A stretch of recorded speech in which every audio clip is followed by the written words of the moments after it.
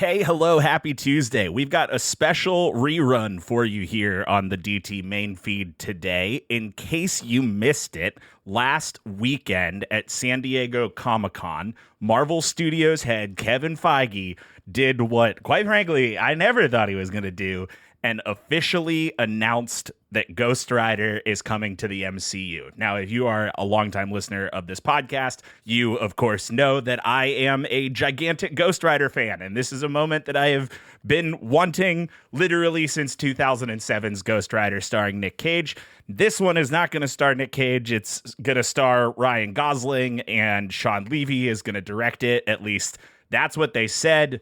I'm old enough to remember when they brought Mahershala Ali on stage to talk about a Blade movie, and I still haven't seen that. So I'm not getting the most hype for this Ghost Rider announcement, at least until they give me something more than a title and a casting. But I am pretty excited, and it was enough to get me to go all the way back to season 4 of this podcast and dig out from the vault our Ghost Rider flavor text, which we are re-releasing for you here today.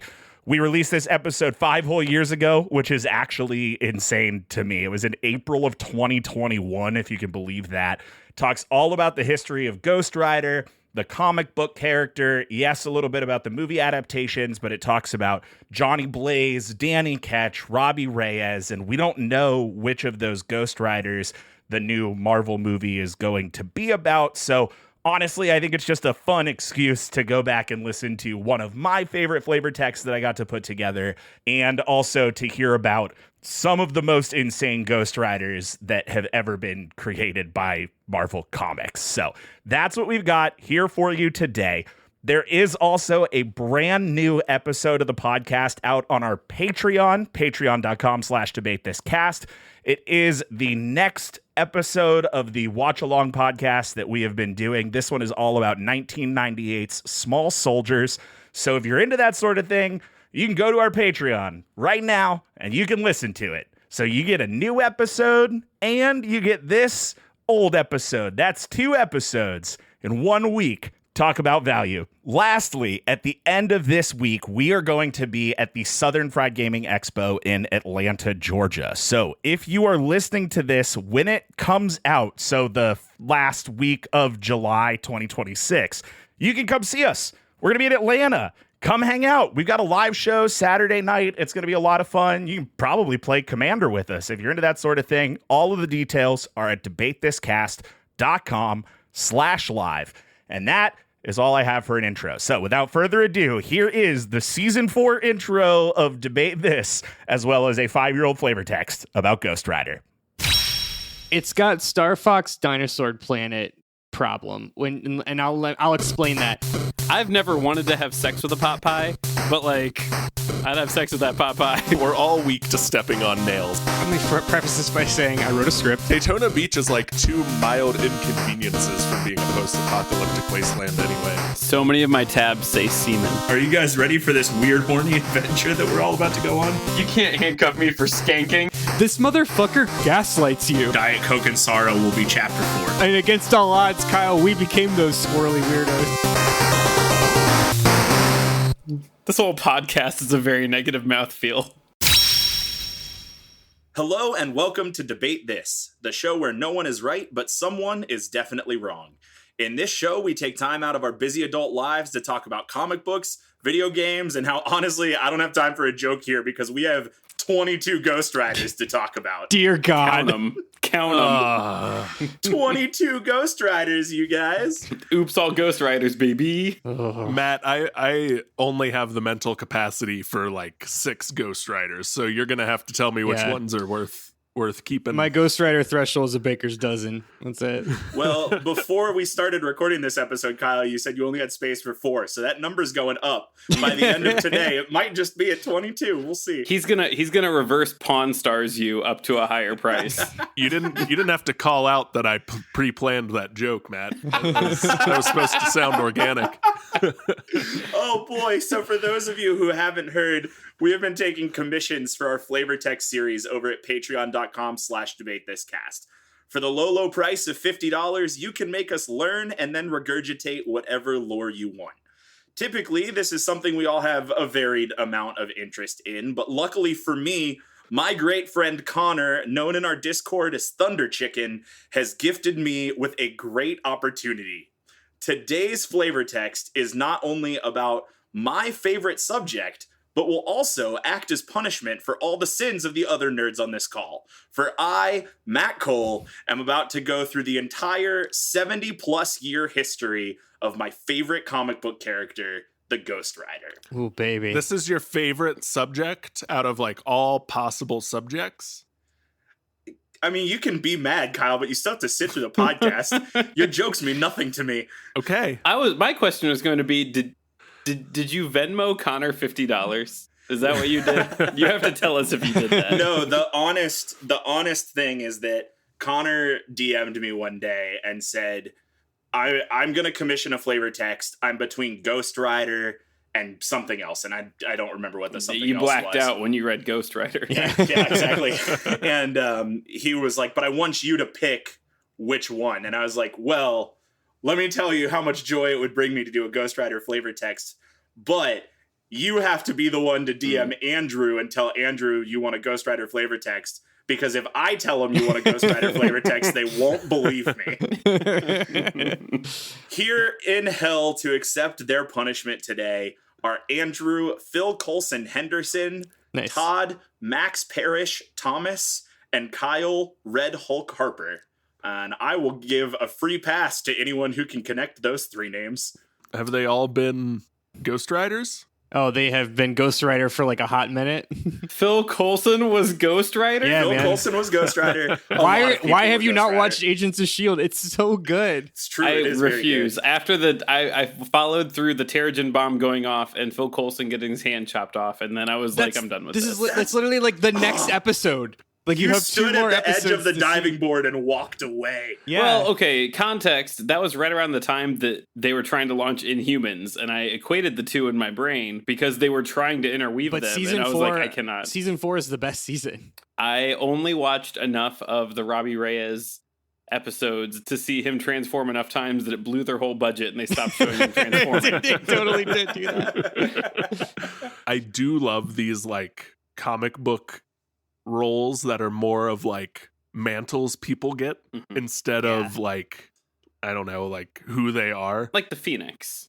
Like the Phoenix, The Phoenix like Green Force, at Lantern, least, yeah. because it allows for stupid stuff like Red Hulk Ghost Rider or Yeah. like Batman Green Lantern or something dumb like that, which is like why we're all reading comic books is so we can see Phil Coulson as Ghost Rider. Like, God. that's why you read superhero comics. Right. That and to watch Batman and Superman punch each other in the face for the umpteenth time. This time it'll be different though, Kyle. It will, and it'll be dumber and more fun. Well, good news for you, Kyle. You've got to stick around to the end of the episode now because we end with a whole bunch of very silly people who were Ghost Rider for a hot minute, and some cool art was born out of it. I want that more than anything else here. Yeah, well, that's the reward. That's the carrot at the end of the stick you get if you hang on the whole time. Let's all before we dive in, predictions for stupidest Ghost Rider plus so and so mashup. I like that. And I'm Ghost Rider and Groot are my two. Ghost Rider, Groot. Groot Rider. I think a Reed Richards Ghost Rider would be really fun. I mean, I've already said my favorite Ghost Rider in a different episode that I know we're going to talk about later, so I won't say it. I think the one that I don't want, but I'm sure we got at some point, is like a Wolverine Ghost Rider. Ooh. I feel like I that's the kind of thing that I would turn the page and go, oh, of course. Like, For that 8-year stretch where Wolverine was everything in Marvel. yeah. Just well, and then they're like, wow, he's been here too many places. Let's kill him. Also make him old and time displaced. yep. Yeah, that's pretty And much then it. we'll kill him again Mhm. and then kill him one more time for good measure. Yeah. Well, I hate to disappoint you, but we don't get Groot Rider, Wolverine Rider, or Reed Rider? Reed Rider. Reed Yeah, Rider. I like Reed Rider is good. Yeah. Anywhere in Ryder here Richards, today. which is Reed Richards' stupid son who plays lacrosse. I don't know if any of them have been the Ghost Rider before, but I'm sure that they probably have, because everyone has been the Ghost Rider at one point or another. Reed Rider is another alias for Sue Storm. I'll stop now. Gross. Well, Oh. with that said, before we jump in today, let's talk about the traditional question. What do you guys know about the Ghost Rider right now before we start this podcast? I'm still on Reed Rider. I don't like it. That didn't feel good. That did not leave a good feel. I know that you really like Ghost Rider. That's what I know about Ghost Rider. I'll take that. I know there were 2 Nicolas Cage movies, and Sam Elliott was also a Ghost Rider, and Canonically. he whips a fiery chain around, and whatever Ghost Rider rides turns into a fiery, cool, like, metal album version of that thing, and it's all the best and worst parts of like 80s comic books rolled into one character. Yeah, I would say all those things, and I know a couple of the weirder alternative Ghost Riders, like the one where Ghost Rider has a baby Thanos. I'm aware of that, which I think is stemmed from the joke of, would you kill baby Thanos to change the future? And he can't, so he doesn't, which I'm sure Matt will talk about. Yeah, stupid. Comics are stupid. The only other, I think, bullet point I have on Ghost Rider is that in every Marvel beat 'em up game, he always shows up in the Hell level or the Nightmare level or a Doctor Strange level, and then whoever is available instantly has to play him because he's very rad. It's true. Yeah. Yeah. He always shows up and he's like, I guess I'll help you because you're here, and you're like, yeah, man, that would be great because we're fighting a bad thing. Come to think of it, yeah, he got retrofit into every single Marvel Ultimate Alliance. Yeah. Mm-hmm. Oh yeah. Yeah. He also actually had his own video game in 2007. It was a tie-in movie for PS2. Yep. Yeah. Cool. It's okay. Matt, has there? I'm gonna interrupt a lot to ask dumb questions like this, so get ready. Go ahead. Has there been a Ghost Rider tank? Has there been a Ghost Rider vehicle with fiery tank treads? I didn't do a lot of research about like alternative vehicles that different Ghost Riders used. I would have a hard time believing that there hasn't been, but I don't talk about it today, and I didn't see it in my research. Well, are you referring to the episode we did, Kyle, or because we literally did Dry Bones and I gave him a Ghost Rider tank? I was not referring to that, but good catch. My other follow-up question: has there been a Ghost Rider helicopter? Because those are the two coolest things I could think to turn into giant flaming. Okay, so propelling motions. Thanos had a helicopter for a little He while. did. He used it. There's a great scene of him in a comic book getting away from the heroes by riding in a helicopter. That's very. It's the Thanos copter, and it's confirmed by the Russo brothers that his like dual bladed sword in Endgame was a reference to the Thanos copter. Which is so good and stupid. Great. Yeah. Yeah, I was going to say Thanos has a helicopter. Ghost Rider, we'll talk about it later, but at one point was the right-hand man of Thanos. So I don't think it was the same continuity in which Thanos had a helicopter, but it is conceivable to believe that there has been a Ghost Rider helicopter. I have a question for you, Matt. So we always do the like, what's your experience? So obviously you've loved Ghost Rider for a long time. I'm curious, what was your first introduction to Ghost Rider? Yeah. So it's a weird question because like growing up, I didn't read comic books, but I got a lot of comic book stories from Wikipedia and other forums that I hung out on, you know, like a lot of people do. And so I remember first reading about Ghost Rider, early to mid 2000s through researching X-Men and Fantastic Four and other Marvel properties, because through the 2000s, Ghost Rider didn't really have a long-standing series. He just did a bunch of miniseries and kind of popped in and out. So when I was getting into comic books, there wasn't a lot of Ghost Rider to be had. And then, honestly, the 2007 Nic Cage Ghost Rider movie was the first time that Ghost Rider had really been like put in front of me on a screen. And after that, I dove the rest of the way in and got into the rest of the lore and read That's some cool. of the books. And yeah, just like was really drawn to the character because it was the kind of like edgy horror macabre that I was into in 2007. But I liked the ultimate loner aspect, the, you know, try to use my curse for good aspect, like Yeah. that sort of thing. Cool. Todd, I just remembered this, and I have to ask you: do you know who the villain was in the Ghost Rider movie starring Nic Cage, the first one? Wait, I do know this because we talked about it, and I don't remember now. It's everyone's favorite prediction from the MCU show. Was it Mephisto? It was Mephisto. Oh my god, Yeah. we did talk about this. Guys, we're going to talk about Mephisto more than we talked about Mephisto all through WandaVision. Fuck.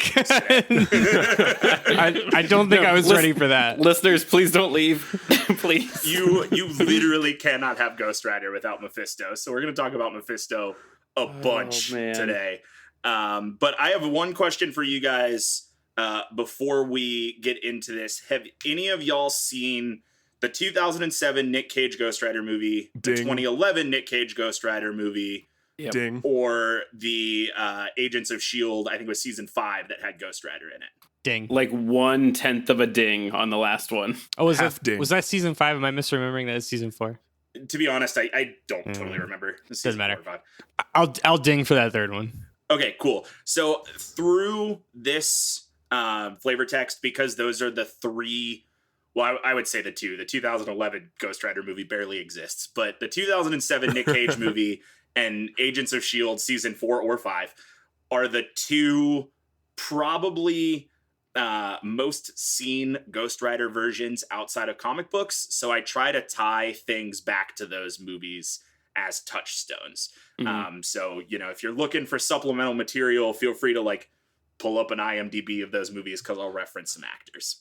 Correct me if I'm wrong, Matt. I don't remember, like, the 2007 one was not a bad depiction. It was of not Ghost a Rider. bad one. No, so the 2007 Ghost Rider movie, not to get like super deep into it, was a really good adaptation of the Ghost Rider story, but pulled pieces from 2 different Ghost Riders and kind of put it together in one story.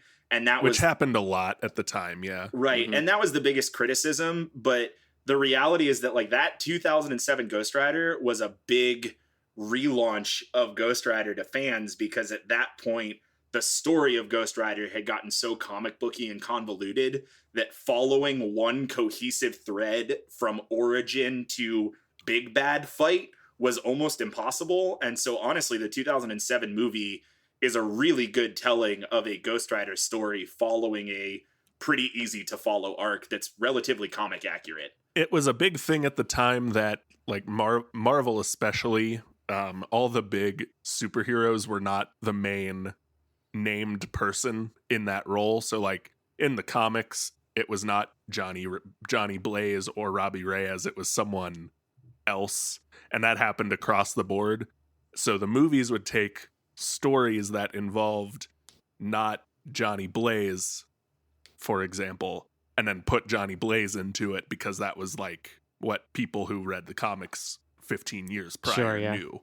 But like the Marvel from like 1999 to 2008, when Iron Man came out, did not know what to do with itself. And and now here we are today. It's Although, the biggest media franchise in the world. it didn't cross my mind, but like, fuck, that Ghost Rider movie was only a year before Iron Man came out. That's wild. Yeah. And then the second one was after Iron Man 2 came out. Yeah. So like we did a whole sidebar about the Ghost Rider movies. Yeah. The 2011 movie is really bad. We'll talk about the comic book that it was based on today, and I'll clue you in a little bit about why it was so bad. The first Nic Cage Ghost Rider movie holds up relatively well. The CGI looks good. The storytelling is decent.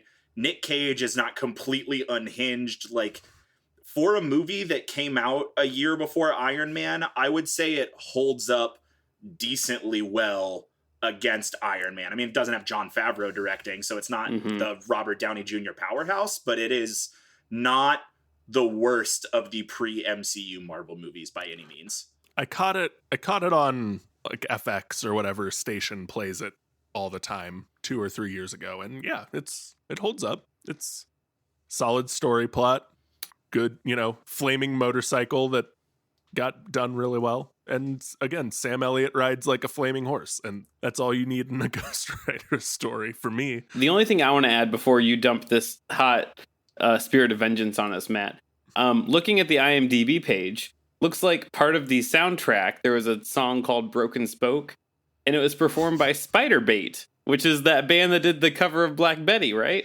Yes, and they also covered Ghost Riders in the Sky for that movie in what I think is my favorite scene in comic book movie history, if I'm being completely honest. Is that when he's riding side by side with Sam Elliott? Yeah, and there's it's the that one flaming for sure. foot. Yeah. Yep. Which is almost like taken almost frame for frame out of the comic books, which is really cool. Have anyone who's seen these movies name 3 scenes, and that's one of them. Yeah. All right. Well, without further ado, let's hop into the lore, baby. Listeners, there will be... He's so happy. I'm so excited, you guys. There will be an Imgur link to the pictures referenced in this document. It will be in the show notes.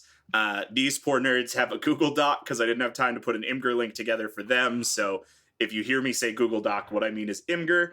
But nerds, let's go. So first, we are going to talk about the very first iteration of a character called Ghost Rider, which was way back in 1948, 10 years after Action Comics #1 hit the newsstands.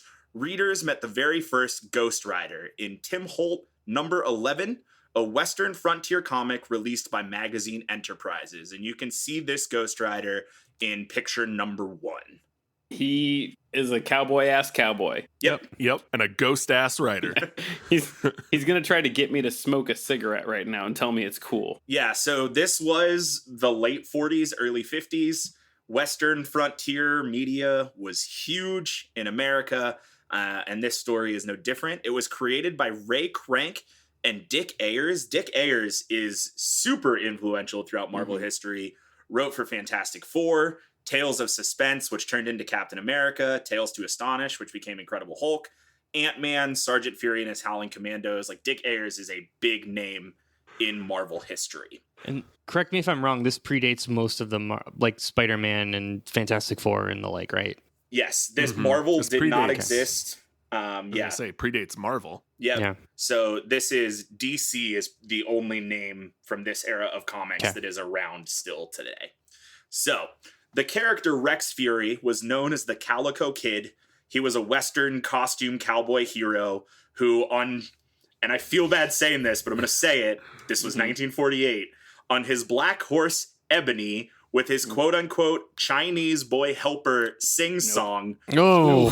Yeah. Yeah. It's Ouch. really bad. Yeah, this is even before Marvel was doing Fing Fang Foom. Yeah. They're like giant dragons, so yeah. Yeah, and they fought gunslingers, outlaws, and incredibly racially insensitive Native American stereotypes with the likes of movie hero Tim Holt. That's why this man's going to give me a cigarette. I get it. Again, Yeah. This was 1948. These comics are actually in public domain now and have been reprinted, but you can read them online if you do the right Google searching.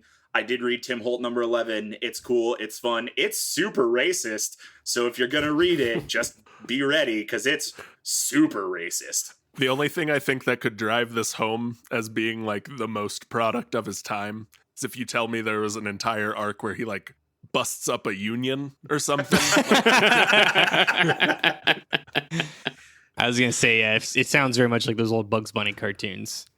Yeah. So the second story of Tim Holt #11 features the Calico Kid being thrown off a waterfall into what is called the Devil's Sink. He survives after he is spit into an underground cave. After escaping the cave, Fury decides to ride again as the Ghost Rider and kills Bart Lasher, the man who tried to kill him and killed his first horse. So the powers and abilities of Rex Fury, the first Ghost Rider, he's got cowboy powers, sharpshooting, Power of cowboy. gunslinging. He's cowboy. He's got a super Can roll a cigarette with one hand. He's got a super fast white horse named Spectre.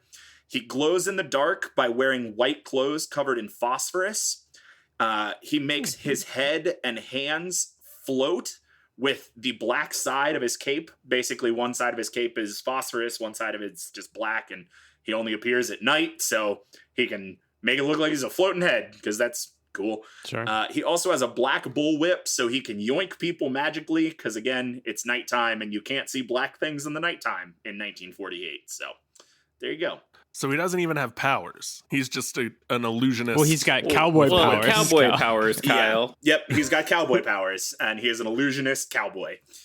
So this version of the That Ghost would be Rider, an awesome D&D character.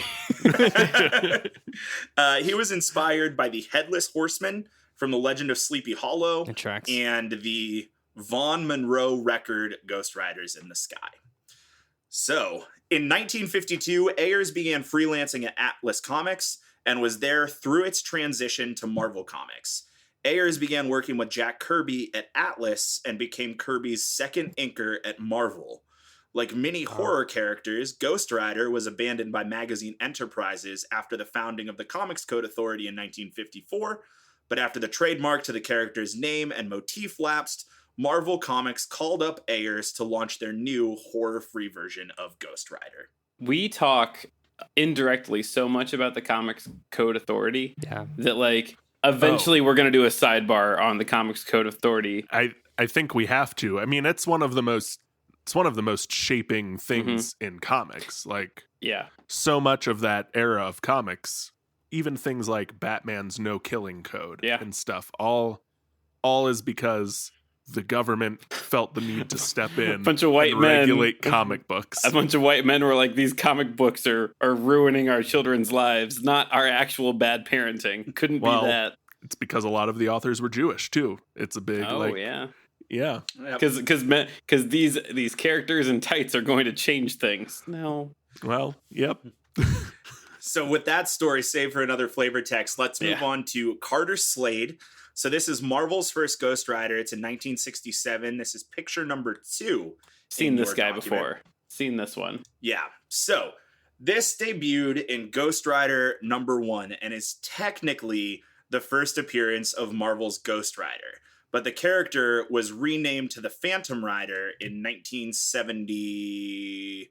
I have 1972 here, but that's not right. It's 1974. Was renamed to the Phantom Rider in 1974.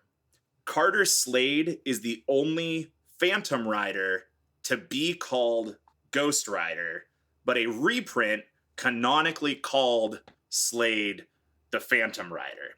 So that's really confusing. Okay. But the Phantom Rider is a character that still exists in Marvel Comics and still does things, and I really don't like the character. I think they've done really terrible things recently with Phantom Rider, and it's kind of a bummer. But Carter Slade is like the only person to be both the Ghost Rider and the Phantom Rider. Actually does a couple of stories with Jonny Blaze, goes forward in time to possess his descendant to help Jonny Blaze. Sure. Jonny Blaze goes back in time to help revive him as the Phantom. They did a ding dang time paradox. That's what they did. So Carter Slade officially is the Phantom Rider, but Marvel is pretty like wink wink nudge nudge that he also owns that Ghost Rider name as well. Quick question, just high level, like what's the major difference between the two, Ghost and Phantom Rider? I just looked it up because I had the same question. Phantom Rider is just like that wears a phosphorus suit, does cool whip tricks at night. Power of Cowboy.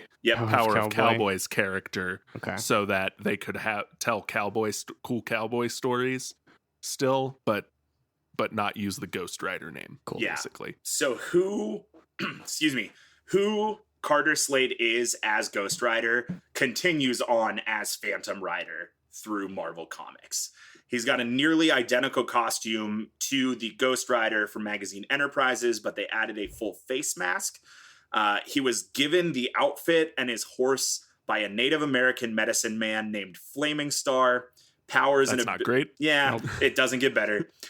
Powers and abilities are similar to Rex Fury from the Magazine Enterprises run. And this person, Carter Slade, is Sam Elliott in the 2007 Nic Cage Ghost Rider movie. Okay. Okay. Yes. Okay. So he is Carter Slade, whose backstory is rewritten a little bit. He also, in the movie, they kind of merged Carter Slade with this character named Caretaker, who is another character in Ghost Rider lore, who we're not going to talk about a bunch because it gets super convoluted. But Sam Elliott kind of plays both of those roles in the 2007 Ghost Rider movie, which is why it's really cool when he does that, like, I got one ride left in me. It's really cool because that is the original Ghost Rider, both in the movie and canonically, and that's fun for fans like me. That is cool. Yeah. There is a Spider-Man cartoon that has Phantom Rider in it, and in that continuity, it is an alternate universe Ben Parker as Phantom Rider. Because they go to a Western world and meet a Western Spider-Man, and then there's Phantom Rider Ben Parker. And I'm very confused. What? Is this the 90s Spider-Man? Spider-Man? No, Spider's Men? This is like Spider's Men?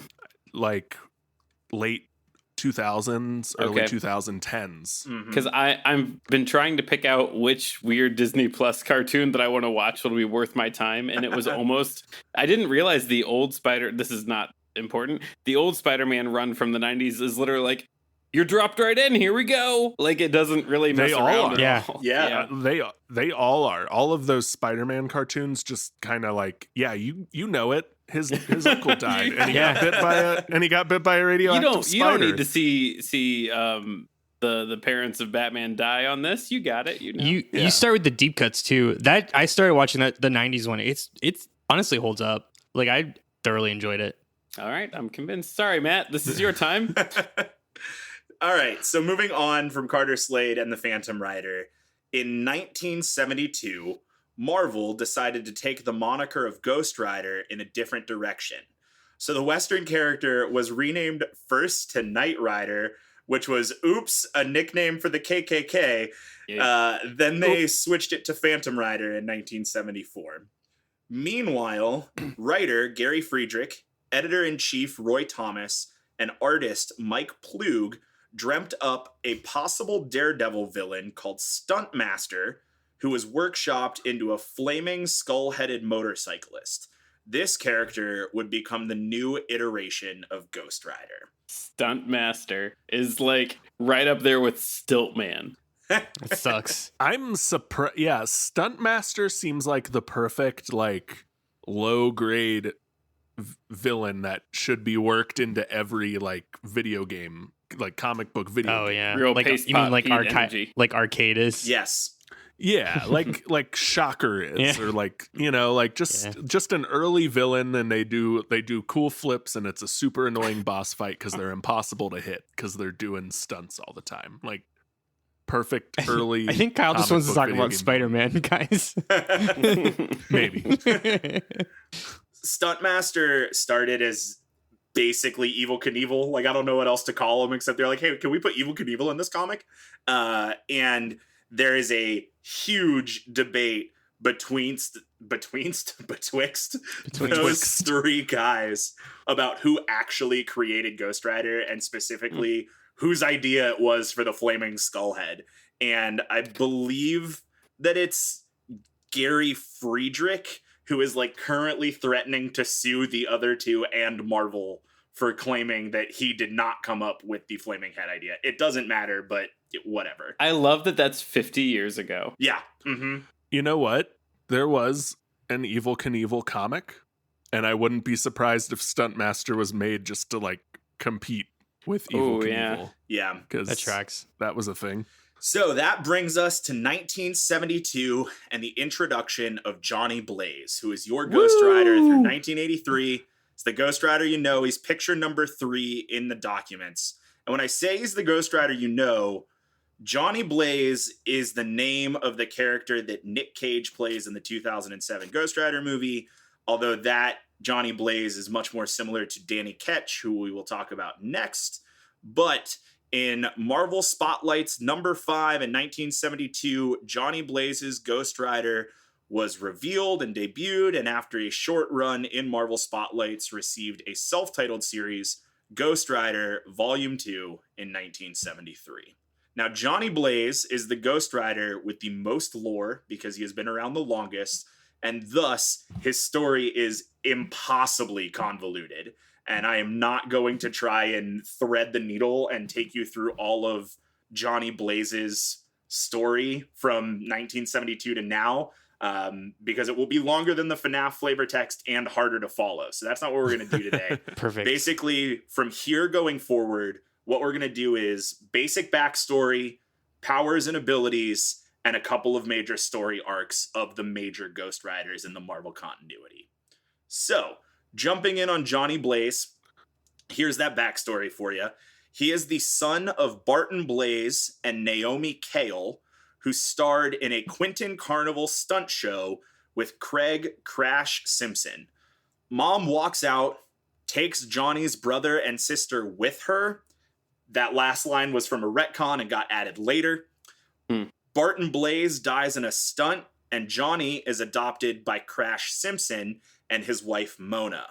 They have a daughter named Roxanne, who will be a long-time on and off love interest for Jonny. That is Eva Mendes in the 2007 movie. His adopted stepsister. Yeah. Right. So Cool. not in the movie. They left the sister part out of the movie. Understandably. Sure. But yeah, it is. Yep.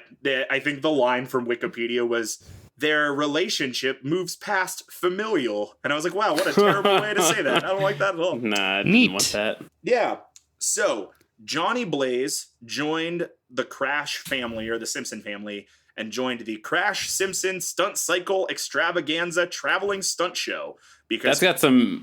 Keep going. You're fine. I was just going to say, because Crash had become a father figure to Jonny Blaze. That's got some big Robin origin, like the... Yeah. Yeah. Mm-hmm. So Crash Simpson comes down with life-threatening cancer, and Jonny turns to the occult to save his life. As one does. Yeah, I mean... As one does, yeah. Jonny attempted to summon Satan, but actually summoned WandaVision star Mephisto, Ralph Boner. to whom he sold his soul in return for Crash's cancer to be cured. Real quick. Yeah. What if you could just summon Satan? Like, how fucking cool is that? There's a lot of stories where someone summons a demon, Mm-hmm. and it's hard. You can't It's summon hard. demons. They don't typically end well. They're not summonable. They're not good summons. Can't just drop an @ here in the demons group chat. It doesn't work that way. Well, you can't even just draw a pentagram and light some candles. Like, Yeah. Back in my let's be day. real. Gotta It's be a harder whole than thing. it's harder than they make it look. Yeah. All right, so after Jonny sold his soul in return for Crash's cancer to be cured, And I'm sure Crash lived a very full, healthy, long life. a long and happy life of about 24 hours, because he died in a motorcycle stunt the next day. No one's ever made a deal with the devil, No. and it's just fine. It's just normal. The after. deal is exactly what you imagined, and you'll never see me again. Thank you. Yep. Mm-hmm. The devil dances off stage. And if you do it right, you get a gold fiddle. Yeah. That is basically the origin story of the 2007 Nic Cage Ghost Rider. Cut out some of the family swapping and keep the parent issues and kill the dad after his cancer is cured, and you've got the 2007 Nic Cage movie. But in the comics, Jonny confronted Mephisto about not keeping up with his end of the deal, but Roxanne drove away Mephisto with the purity of her love. I don't know, 1970s comic bullshit, whatever. All right. Mephisto bonded Blaze with the demon Zarathos as an act of revenge. This turned Blaze into a leather-clad skeleton with a flaming head called Ghost Rider. Question. Johnny- Important all right, question. yep, go Does ahead. the leather come with Zarathos? Yes. Yes. Okay. I don't know why, but the answer to your question is yes. Sick. It's part of the curse. Yeah. The leather is part of the curse. You're going to get so sweaty and Yeah. be so Have you uncomfortable. worn a full leather suit? It's uncomfortable. Especially not You on worn fire. a full leather suit? We don't need to get into that today, Todd. So Zarathos is an important name. It'll come back. So tuck that one in your pocket for later. Jonny kept his soul, but was forced to punish the wicked and evil upon Mephisto's demand. Whenever he was in the presence of evil, he would transform into Ghost Rider, exact the devil's revenge, and return the evil to hell. Blaze was not completely lost in the transformation and would help the innocent when they were in danger. And that is the basic backstory of Jonny Blaze Ghost Rider. All right. So getting on, Okay. yeah, right. It's not. It's easy enough to follow. It gets worse. At this point, it's easy enough to follow. Does he actually? I do have a question. Does he? Yeah. Does he like when he? Does he like Hulk out, or does he know what he? Is he like sentient when he's in demon mode? Are Jonny Blaze and the Spirit of Vengeance two separate personalities? Thank you, Kyle. Or are they one and the same? So that's a great question. We'll get into that a little bit more later, but a very common running through line of Ghost Rider stories is that there is a battle over control of the physical body between whatever the Spirit of Vengeance is and the host. So in 1972, when it's first written, Jonny Blaze is Ghost Rider. He has some level of sentience with Ghost Rider after he transforms, but it's sort of a blind rage thing. And then as that arc goes on, Zarathos becomes more and more defined as his own entity and personality. Do they ever reach a mutual agreement and respect a la Smart Hulk in Endgame? Not in this story arc, but we've got 50 more years to get through. All right. Yeah. So let's get on to powers and abilities for the Jonny Blaze Ghost Rider. I have a brief quote here from the Wikipedia. I have no idea what this quote is from. It was not cited. There's no footnote. I just really like this quote. It's the thing that all of our teachers warned us about. Yeah. So let me just read this quote for you. As a primal agent of heaven, empowered by the spirits of vengeance, created by the power of God himself ages past, to enact vengeance upon the sinners of mankind, Jonny Blaze is one of the most powerful entities within the mortal and immortal realms. I think that's from Deuteronomy. Which, let me say, I went to Catholic school for 12 years. Ghost Rider never came up in all my religion classes. The Spirit of Vengeance never once was on a test, in a book, nothing. So I'm questioning the legitimacy of this. I need that footnote is what I need. Me too, man. And like Jonny Blaze, because he is around forever, does end up becoming a super high power level Marvel being. But this quote is very unfounded and it made me laugh. So going back to the 1972 Jonny Blaze Ghost Rider, he has a human form, but transforms into the Ghost Rider in the presence of evil. He has a flaming motorcycle that can travel faster than conventional vehicles and can go like straight up or glide on water. Projecting hellfire is his main weapon. He's got superhuman strength and reflexes, total invulnerability to physical damage, and he is made of pure hellfire and thus can regenerate limbs and heal super fast. All right. This all reads, and I'm guessing this is where the uncredited quote comes from. This all reads out of, like, again, that Marvel, like, ultimate encyclopedia, where they always conclude, like, well, I guess if you extrapolate their powers out to their fullest ability, this person is also a god and the most powerful person in the Marvel universe, like the 15 other people we called the most powerful Marvel character in the universe. Like, which, like, if you extrapolate out, they're sent here from God himself, so I guess they're the most powerful one too. Sure. Like, put them in that far right category over there of powers, because they got all of them. Mm-hmm. So let's get on to some major story arcs of Jonny Blaze.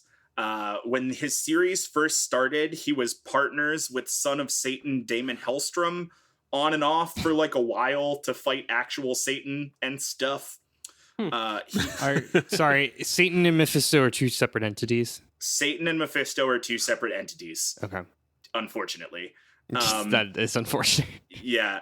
Basically, Mephisto has long time been Marvel's version of the devil. And so when you think of United States American Christian Satan, that's Mephisto in the Marvel realm. Yeah. Satan is another demon in the Marvel universe who is not cool. Our Satan. Yeah, it sucks. It doesn't matter. Damon Hellstrom is his kid, and Damon Hellstrom and Ghost Rider are buddies. That is to say, they could feasibly cast Mephisto in the Marvel Cinematic Universe. They will likely not cast Satan. We will likely not see Satan on stage getting punched by Smart Hulk. Jonny Blaze also palled around with this guy called the Friend, who is actually hippie Jesus. Ghost Rider almost became a born-again Christian here, but that arc was scratched. And I am 100% serious. We will also likely not see someone be cast as the Friend As Jesus. Yeah. Just so Paul Rudd can share tacos with them. I would love to see Marvel put the Friend and have him look exactly like white evangelical Jesus in the MCU and say nothing about it. Yeah, I'm sure Marvel, that's owned by Disney, will be real quick to jump to that one. Well, and that was basically what happened. The writer on the arc, his name was Tony Isabella. He wrote, I don't remember, it was like 7 or 9 issues of Ghost Rider working with this guy called the Friend who kept him safe from Satan's power. And this Tony Isabella's idea for this arc was at the very end to reveal that the Friend has been Jesus all along. And then Ghost Rider accepts the power of Christ and becomes even stronger because now he is Hell's tool, but has accepted heaven. And the editors read that and were like, absolutely not, and changed the final issue. Thank God. The Friend was just a guy.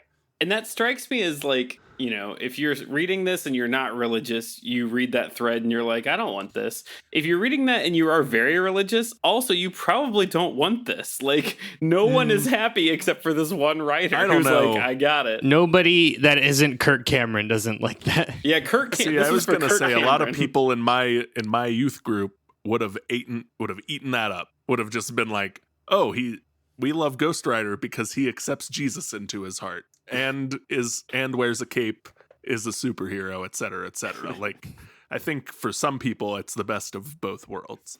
Those are the people who Cyclops is their favorite X-Men. Hey. Cyclops gets a bad rep.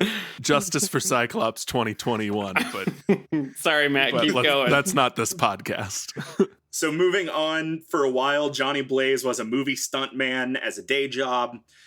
Tony Isabella also wrote Ghost Rider onto a team with Angel, Iceman, Hercules, and Black Widow called the Champions. That's such a weird combination. It's such a weird combination. Like, I couldn't... Yeah. You gave me 2 and I couldn't guess 3 and I wouldn't have guessed 4. Like, yeah, I can't recognize that pattern. Yeah.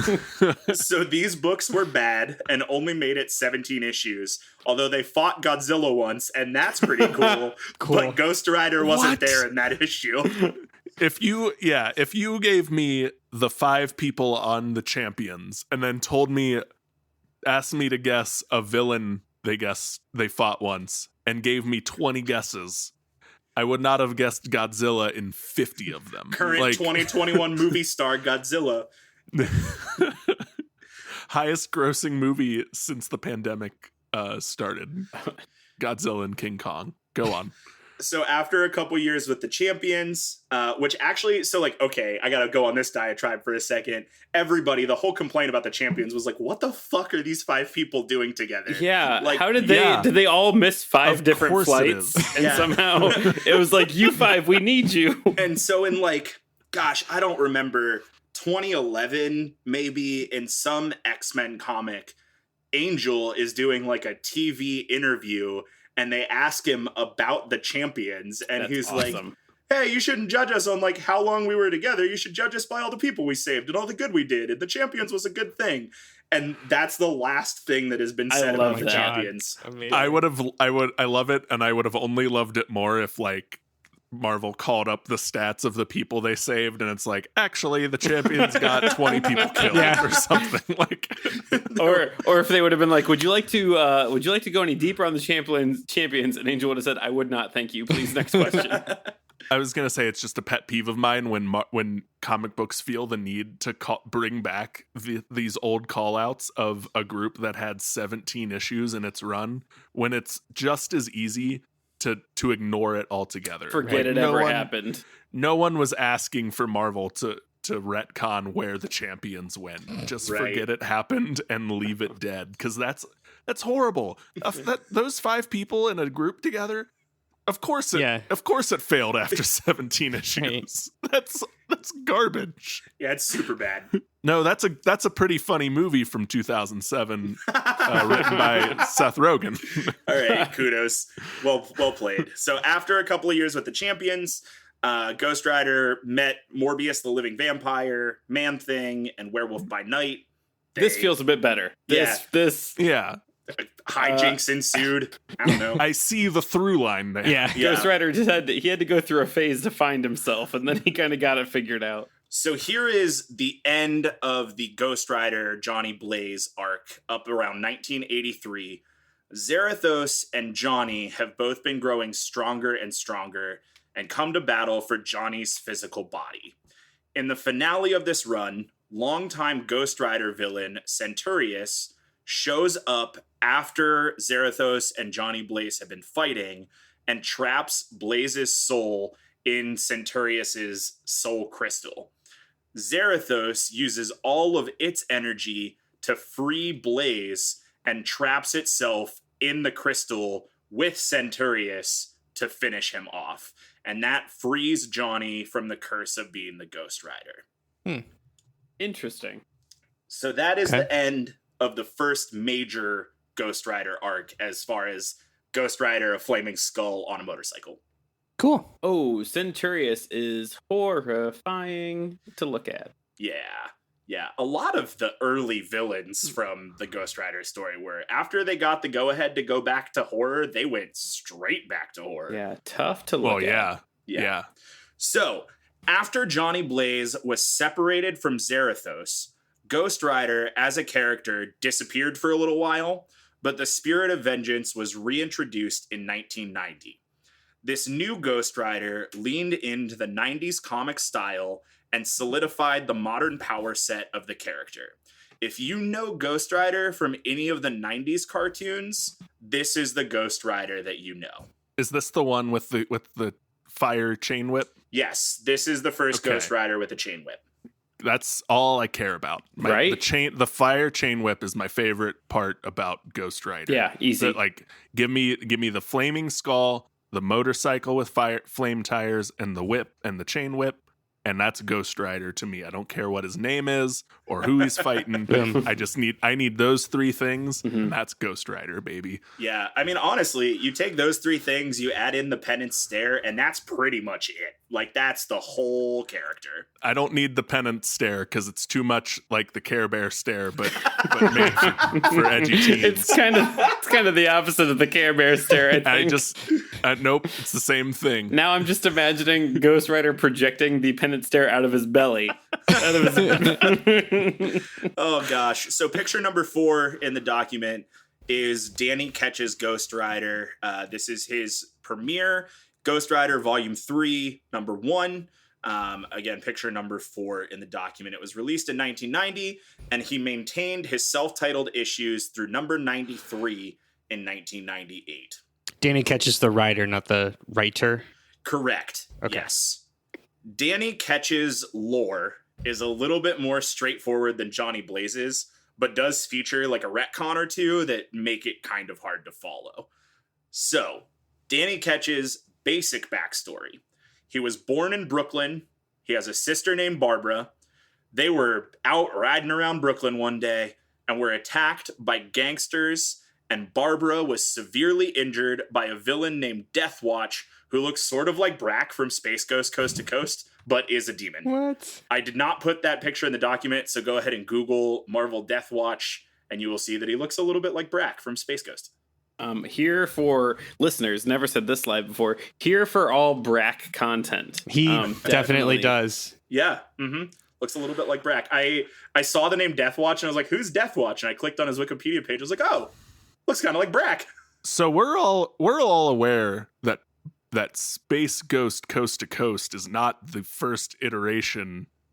Right. It's not the originator of course. of those characters. Yeah, it's right? like Harvey Birdman. Harvey Birdman. Yeah. Yeah. Okay. Yeah. While we're doing this stupid thing we're doing, Deathwatch also became an enemy of Wolverine's after Logan encountered some of his men in Madripoor, which is a thing we talked about every stupid week of our Deep Blue show. So, They were injured by a villain named Deathwatch, who sort of looks like Brack, but is a demon. Danny escaped to a graveyard where he found a motorcycle with a mystic sigil on its gas cap. Awesome. Better get on it. And when Danny touched it, he was transformed into the Ghost Rider. Now, Ghost Rider beat the gangsters, but was unable to save Barbara, who slipped into a coma. And in the beginning of this arc, Danny could only transform into Ghost Rider when innocent blood was spilled and he touched the sigil on his motorcycle. Interesting. Yeah. So, powers and abilities of Danny Ketch's Ghost Rider. All the powers Jonny Blaze has. Same stuff. All those powers included in this Patreon tier of Danny Ketch as well. He also debuted Ghost Rider's finishing move, his main thing, the Penance Stare, in Ghost Rider number 4, 1990. So the Penance Stare is a big, whether you hate it or not, Kyle, is like the big through line of Ghost Rider. It is his ultimate weapon. When he looks into the eyes of victims, forces them to feel all of the pain and evil they've caused at once, which burns their soul. Danny Ketch has shown some ability to limit its output, sort of like Cyclops with his glasses, but this is pretty rare. It works on pretty much everyone except those lacking regret or sometimes eyes. Sometimes if you have more than 2 eyes or no eyes, he can't use the Penance Stare, but sometimes he can. I don't know. Hand wave. Notably, people that the Penance Stare doesn't work on: Thanos, the Punisher, Deadpool, and Venom have all survived the Penance Stare. I think actually that's my biggest issue with the Penance Stare, because I did know that like people have, he's tried it on people and been like, it doesn't work on me because I'm so edgy. I kind of like that, because the idea is like they don't feel remorse. So if you're gonna attack somebody by making them feel guilty, that's kind of neat. And in my mind, like the only limiting factor being not having eyes, actually. that is inarguably way better. Yes, you're right. I like that being a better weakness, is like, oh no, this doesn't work because you don't have eyes. Well, see, looking at Thanos, the Punisher, Deadpool, and Venom, one of those is not like the other. And in my mind, when he figured out Deadpool, it was in a series of like he used it on Thanos and it didn't work because he had no soul. He used it on the Punisher and it didn't work because he has no remorse. And then he does it on Deadpool and you hear Ryan Reynolds' voice going, "Hey, what's up?" Oh, that was neat. Yeah, there's like a weird, weird might not be the right word, because there's kind of a deep reasoning in the comics of why the Punisher and Deadpool aren't affected, and it's, their mental well-being doesn't allow them to feel remorse for the things they've done. It's very deep. Thanos is weird. There's a whole arc where Thanos keeps the skull of the Ghost Rider in a liquor cabinet and takes it out once a day to Penance Stare himself because it's kind of erotic for him. Cool. Venom is Venom, and that was all in the lead up to make us realize how scary Thanos is. Yeah. Venom I kind of get, because Venom isn't always sentient, right? And wouldn't be sentient to feel remorse. I kind of get that, and I kind of get the Punisher, because the Punisher's whole thing is I always feel all the pain of everything I do because I'm the Punisher and I hate myself. So making him feel it again wouldn't be worse, because his whole thing is he always feels it. But that when you start letting, I guess I just hate that Deadpool is immune to it, because comics Deadpool is stupid sometimes, and that's all I have to say on it. Maybe I don't like Deadpool. Maybe I don't like Deadpool. You know what, Kyle? For what it's worth, I also hate that Deadpool is immune to the Penance Stare. I also don't like Deadpool.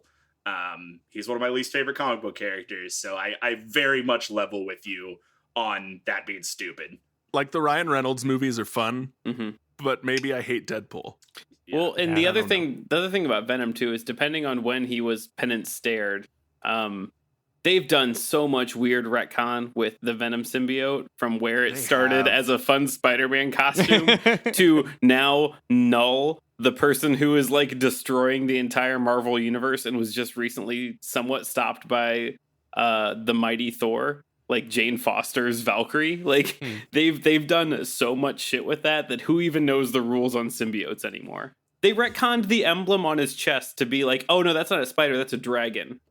The tail's just not there. It's a dragon. You lost me on that last part. Hey, listeners, if you want me to do a flavor text over the Venom symbiote, if you want me know. Todd to do a hate cast of Venom, give us $50.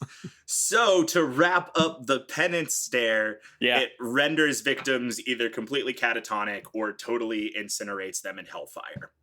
Danny Ketch was also the first Ghost Rider to wield a hellfire-imbued chain whip that does all sorts of comic booky things, like growing in length, being a spear, spinning fast enough to be a drill, breaking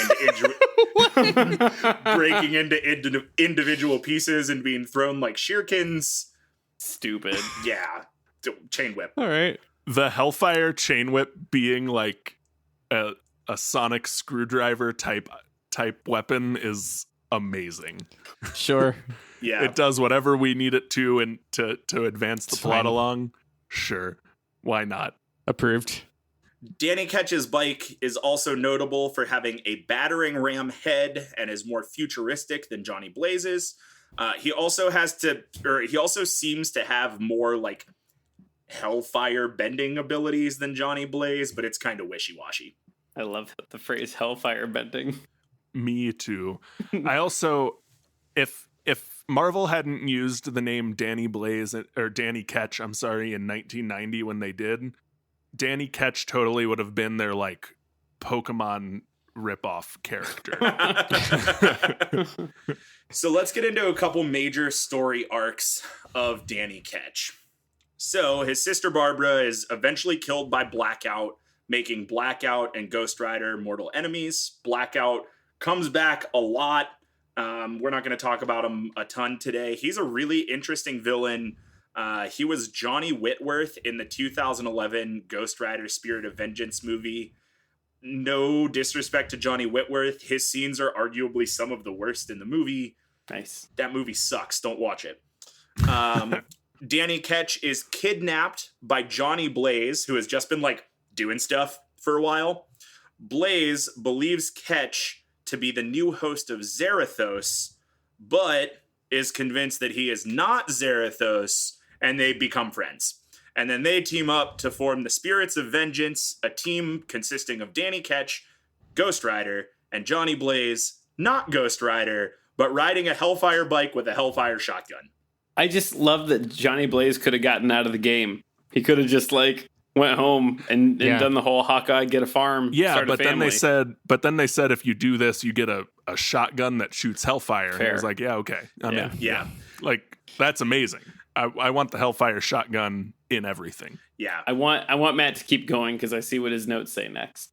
So, after the Spirits of Vengeance is formed, Ghost Rider formed the Midnight Suns in Ghost Rider Volume 3, number 28, came out in 1992. And the Midnight Suns was a huge success for Marvel and actually received its own family imprint from December of 93 through August of 94 and had storylines running deep into the 90s.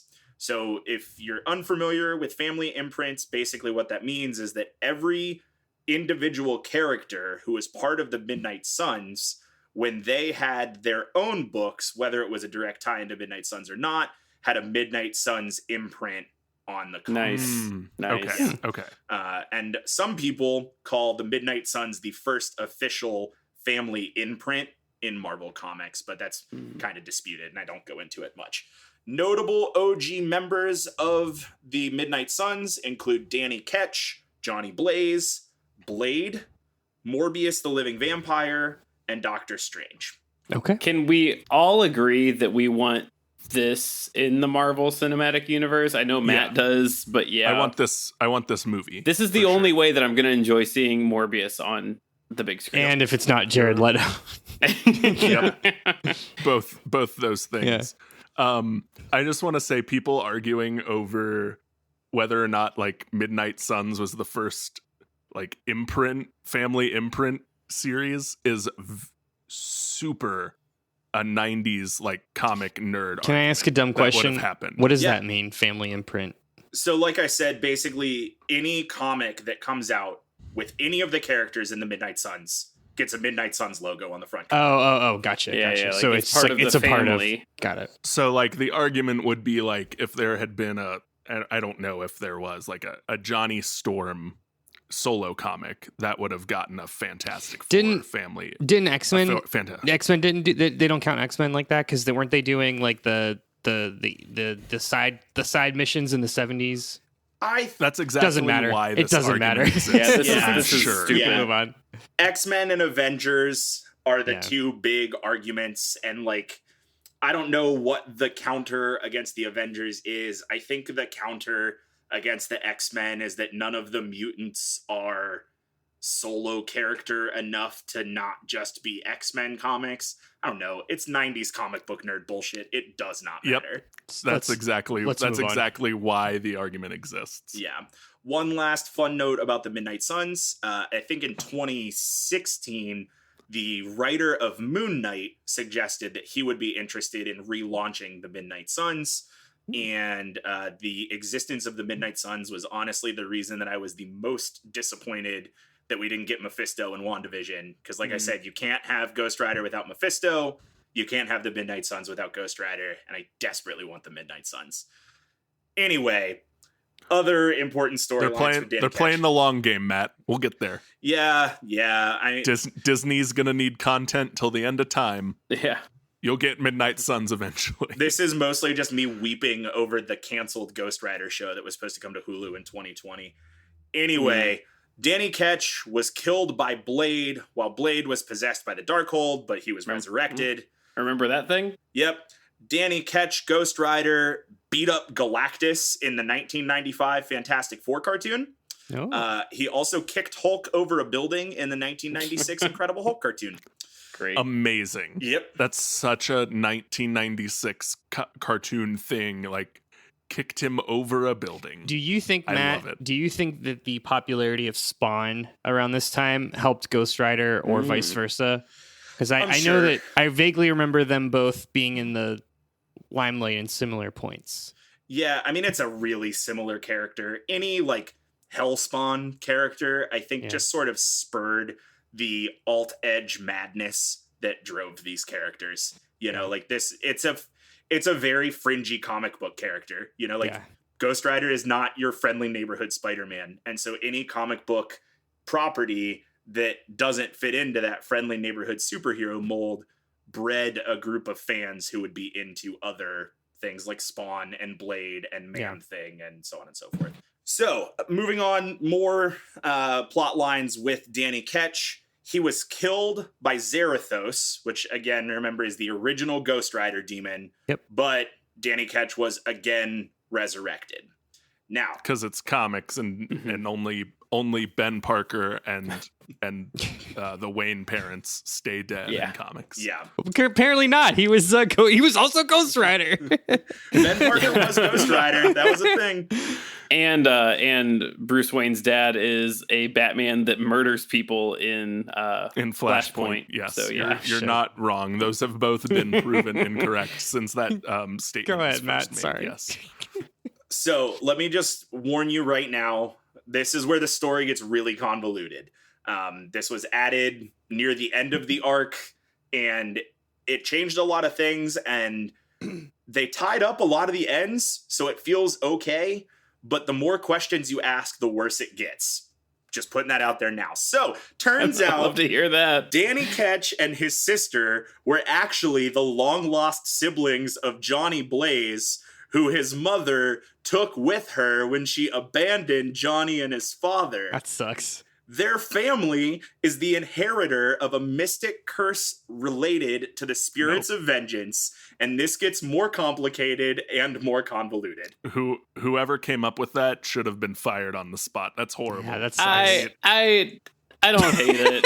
I think it's smart. Like, I don't know. Depending on the timeline of like when they decided that Jonny Blaze had two siblings that got snatched away, and like, there's no way they were playing 4-dimensional chess back then. But to look back and be like, oh no, we had said Jonny Blaze had two siblings. Hey guys, I got it. Put away the mountain of cocaine. We got it. That shit has all the Quentin Tarantino movies exist in the same universe kind of vibe, and I hate it. I hate that. I get this was the time when that was cool, when it was the cool thing to like make your story loop back and connect to itself. But man, here in 2020, it's so dumb. We just don't need it. It's a little tired, yeah. Let people let stories stand on their own. Don't. Yeah. So we're going to go more into that storyline in a second, but one last plot point to wrap up the Danny Cage, the Danny Ketch arc. Blackout kills, apparently, Danny Ketch in Ghost Rider number 93, but his soul lives on through the spirit of vengeance to which he had been bonded through the bike's talisman. Also, in Spider-Man 93, which came out a year later, he's still alive. He's still alive, you guys. It's no worries. He's still alive. He just like shows up and is like, hey. Yep, literally exactly that, yes. I'm not sure why they didn't just cast Jared Leto as Blackout, because I looked up Blackout in the Marvel wiki. Oh, yeah. And Jared Leto should have played Blackout. He looks like that kid that everybody knew in community theater. Yes. Yeah. All right. So let's get into this whole Danny Ketch's Jonny Blaze's brother. So Danny Ketch's Ghost Rider has been Noble Kale all along. And Noble Kale Wait, is what? Yeah, I know. Just give me a sec. Noble Kale is picture number 5 in your document. So if you could take a sec to look at picture number 5, and I'll tell you the story. Which one of these 4 people are Noble Kale? The Ghost Rider one. He's the one with the flaming skull, probably, Kyle.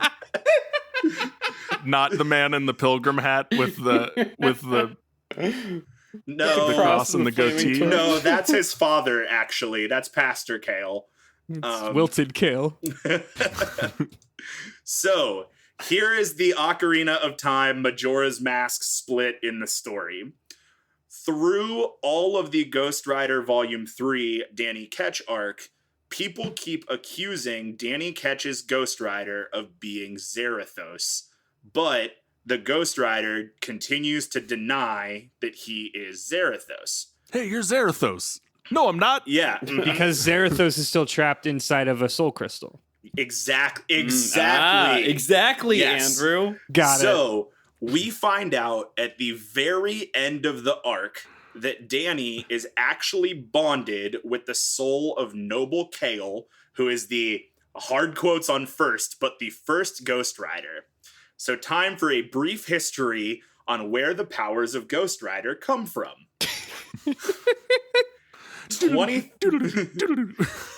20,000 years ago, immortals called the Blood allied with the Spirit of Vengeance, an army of proto-Ghost Riders led by this guy named Zadkiel, who unfortunately comes back, to win a war against the soul-stealing demon Zarathos. They created a thing called the Medallion of Power, which housed the assembled powers of the Spirits of Vengeance. A portion of Zarathos became trapped in the medallion, and the Blood decided that the artifact was too powerful to be kept intact. So they broke it into shards to be handed down through 2 families, one of which being the Kales. To cut out a whole bunch of stuff, during the 17th century, Noble Kale's father sold Noble's soul to Mephisto, who activated the medallion shard within Noble Kale, making him the Ghost Rider. Mephisto and this angel named Uriel decided that Noble Kale's soul didn't belong in heaven or hell, but to the void where he could be summoned forth by his descendants. He goes on to inhabit the firstborn child of each generation. Eventually, Naomi Kale, birth mother of Danny Ketch and Jonny Blaze, tried to break the curse by abandoning her children, and Danny Ketch became bonded to Noble Kale's Ghost Rider soul. Got it? If I found out in 30 seconds that I'm not recording a podcast with you 3, okay, but I'm actually dying, and this is my brain trying to like fire any synapses left. Okay, I wouldn't be surprised. No, I think I'm tracking. Can I just like tight 5? I want to repeat that back. Yeah, to you. I want you to do this. Yep. So I you've get got. it. I understand. I don't. I everything need you to. just I need to said. say it, dude, because I'm going to lose it. Okay, so you've got like the Kale family, who is like they've got the action. They're the sorcerers. Okay. They're like Ghost Rider royalty. Yeah. Yeah, they're like, exactly. Yeah, they've got the blood of the Ghost Rider, so they've got the Yep. innate talent. So, is it coincidence then that Jonny Blaze also is part of that family, or was that how, are they saying is that how Jonny Blaze was also able to summon? Because when we said last 3 months ago how it would be really cool to summon Satan. Are you saying that's how Jonny Blaze was able to summon Satan to do a deal? You're really close. Basically, Jonny Blaze is born of Naomi Kale, who is from the progenitor line of Ghost Riders. Right, so he's got the blood too. But he isn't the firstborn, and Noble Kale's soul only inhabits the firstborn. Right. So, because Mephisto had a hand in setting up this whole Medallion of Power thing, when Jonny Blaze called Mephisto to do a deal, Mephisto seized the opportunity and bonded him with Zarathos, who was the original enemy of this progenitor Ghost Rider power. Okay. Yeah. No one in naming any of these characters ever predicted that kale would be the superfood of the 2000s, and these would all make great names for kale companies. Yeah. But go on. What I love most is that Andrew, I think, got most excited about this.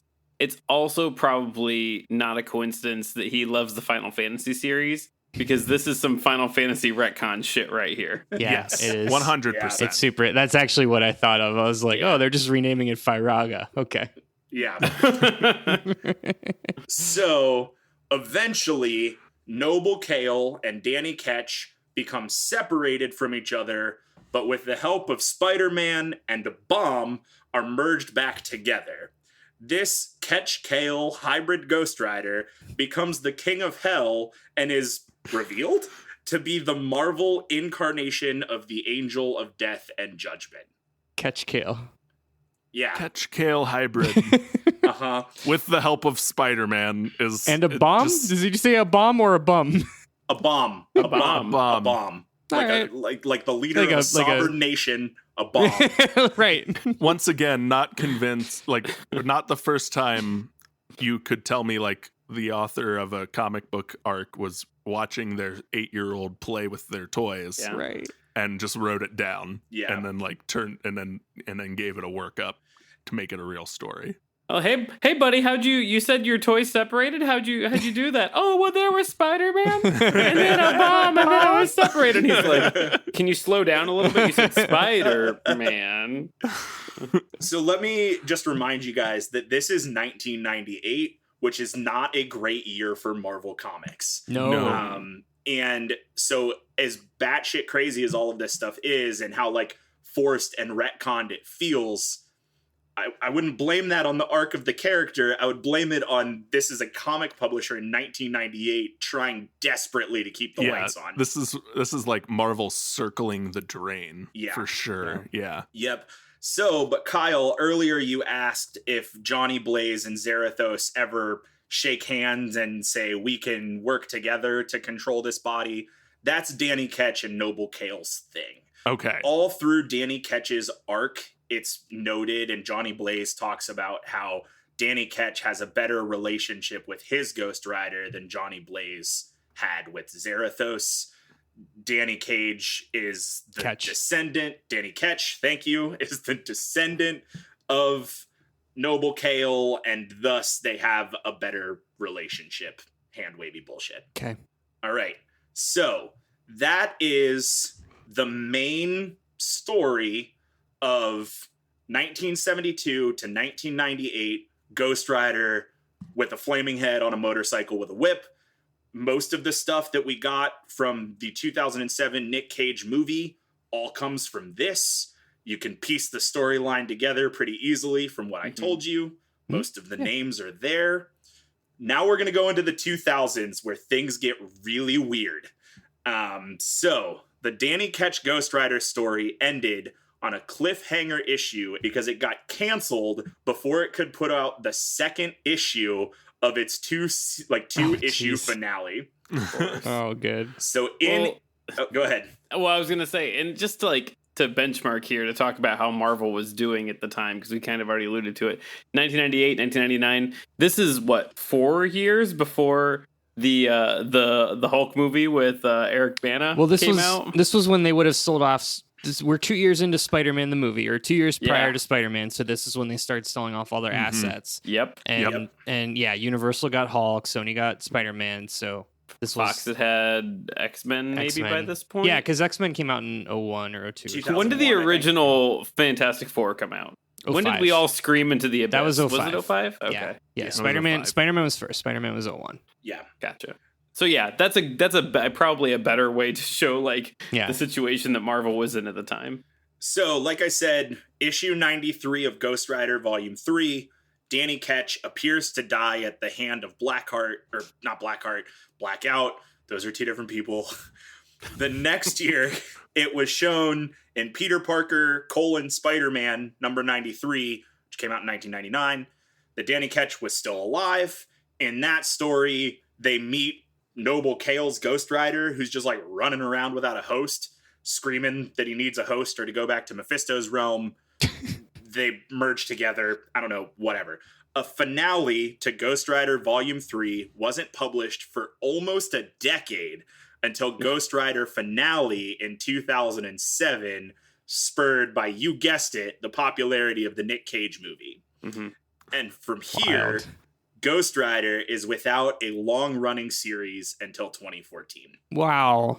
Can you imagine, though? Okay. Once again, I can't imagine anyone after 10 years was like, thank God, finally a conclusion to the story of Danny Ketch, because I haven't slept in Marvel. 10 years. Yeah. See, I've been writing Marvel once a week for 10 years, and they finally listened.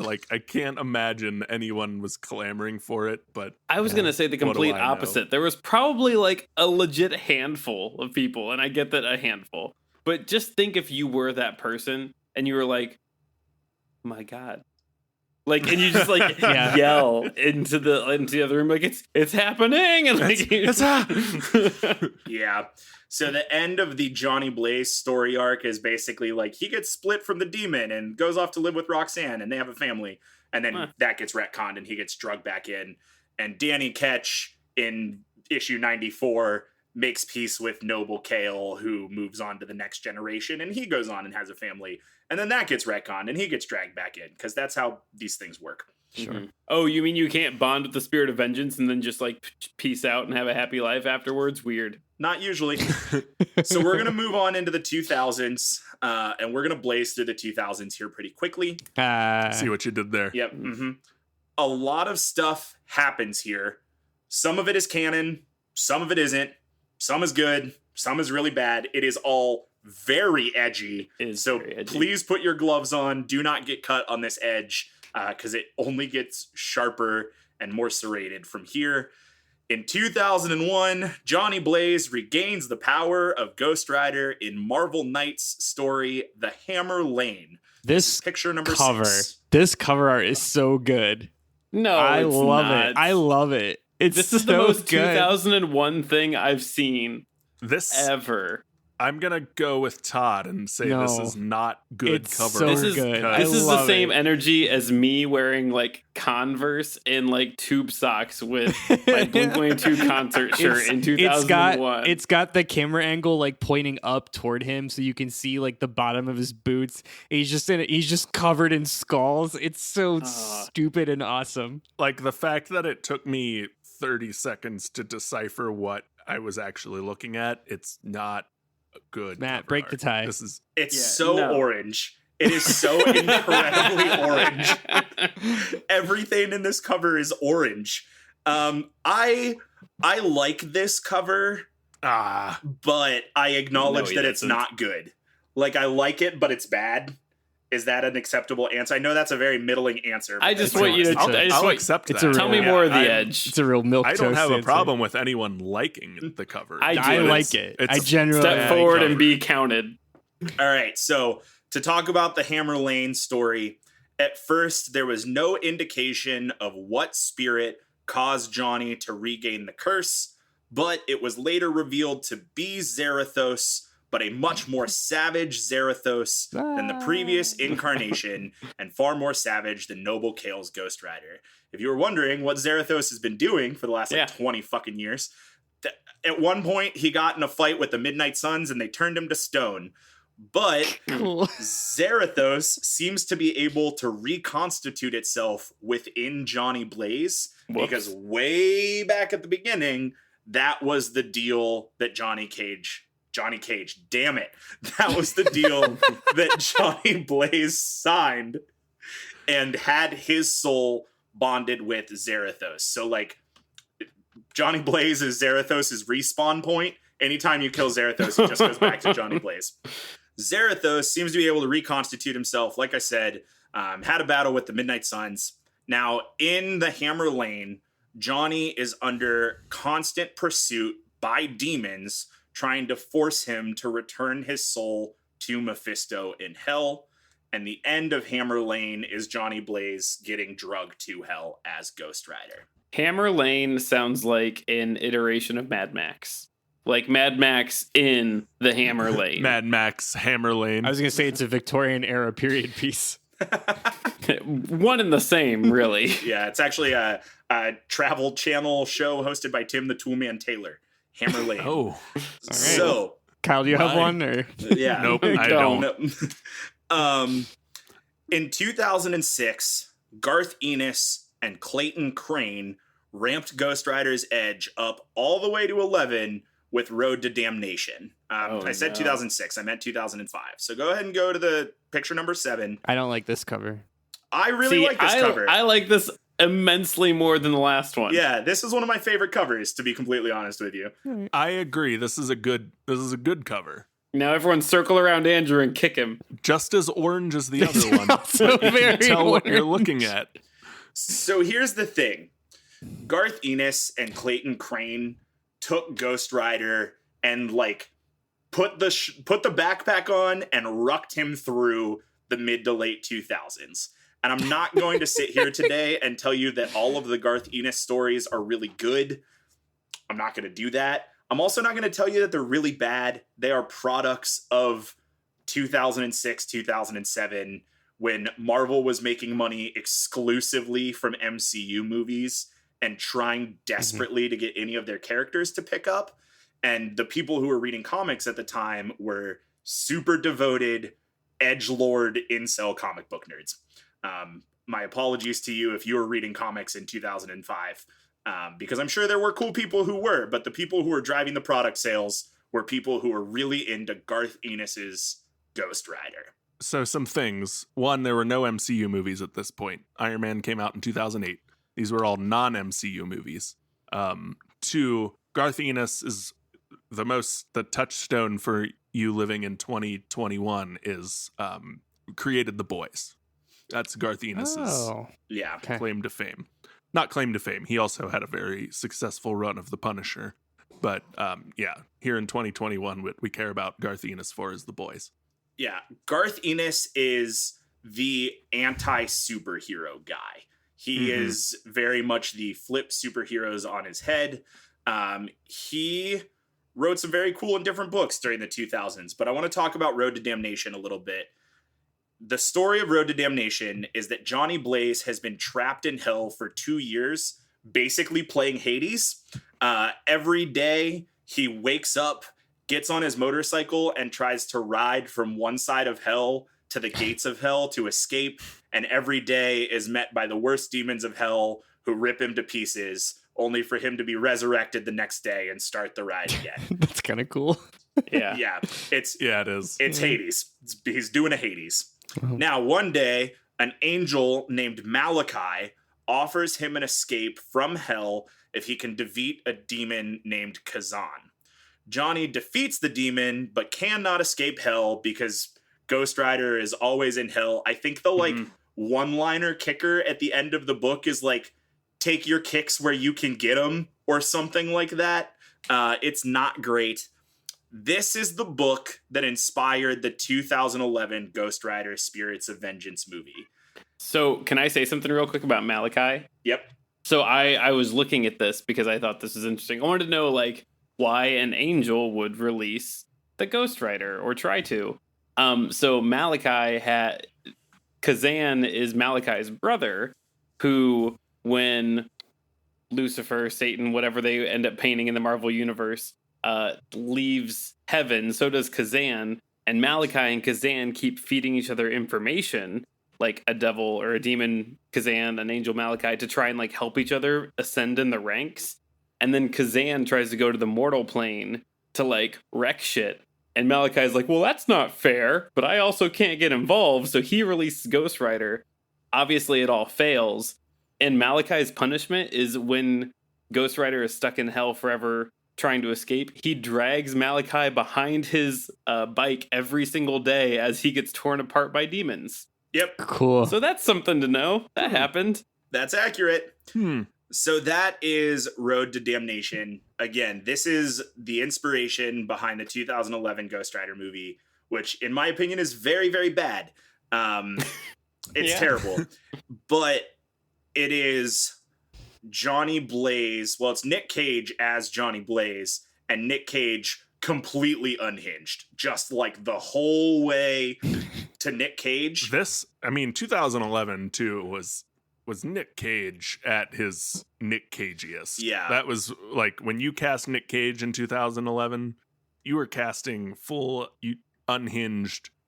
You were lucky if you read the script, Nic Cage. And in that movie, if we're being honest, Nic Cage's portrayal of Jonny Blaze is not that far off. And I got to give it to him for that. As much as I hate the movie, I got to acknowledge that Nic Cage I'm not going to say he did a good job. He did the job he was supposed to do. Nick Cage isn't going to listen to this, Matt. You can say whatever you want to say. Yeah, you never know. What So if Nic Cage is a huge Ghost Rider fan. Ghost Rider is Nic Cage's favorite superhero. They had to cover up his Ghost Rider tattoo when they were filming the movie in 2007. That's cool. That's a fun fact.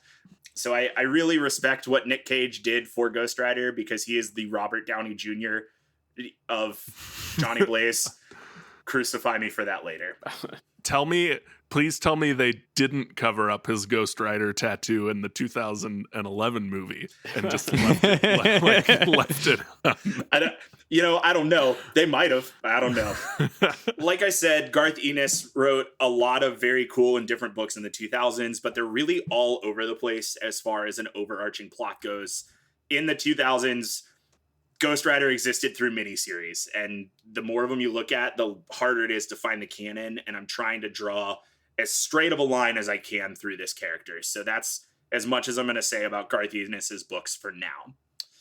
Danny Ketch returns in Ghost Rider Danny Ketch, which came out in 2008, but he's a depressed alcoholic. He has the Noble Kale Ghost Rider exorcised from his body by a techromancer and becomes Ghost Rider again and a servant of Zadkiel, that guy who came back because he was the leader of the Spirits of Vengeance 20,000 years ago. What is it? Techromancer. Techromancer is the same question. It's probably exactly what you think it's going to be. Like someone who uses technology. That's a technomancer. That's what I... Okay. Technology and demons, then. I don't know, Andrew. Whatever. So, it's comic books. Shut up, guys. I'm fucking sorry. I said techromancer and I meant technomancer. I switched the R for an N. I wasn't trying to be an asshole. I assumed that was a thing. Like Marvel's like, you guys would be like, yeah, techromancer. Like, fucking Jimmy Techo. He's from a 1984 Actually, run Paste Pot Pete is a technomancer because he uses technology to bring things to life. Techromancer is a 1998 3D arcade fighting game from Capcom. Oh, well, that's fun. Is that that's like Tech Space Romancer? Tech Romancer is also a smutty novel that's on all of our aunt's nightstands. All right. Well, anyway, picture number 8 in the document is Danny Ketch's 2008 Ghost Rider. He got the blue flames. This cover is pretty wild.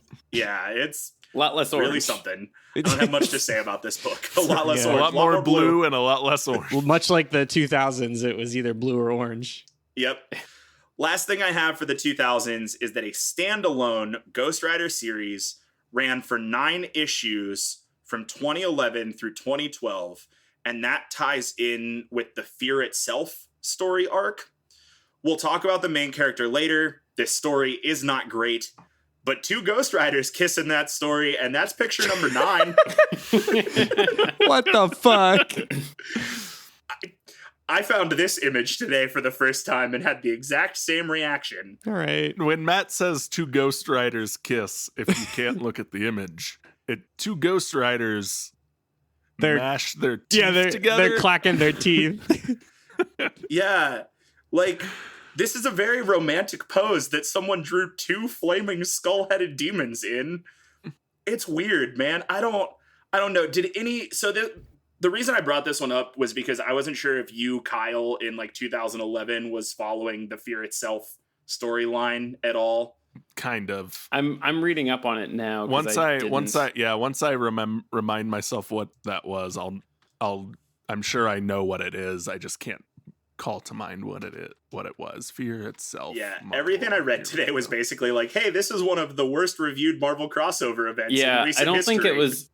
Yeah, because it's not really on my radar. No, it had a shitload of people in it. There are a bunch of books from Fear Itself, like a bunch of books from Fear Itself.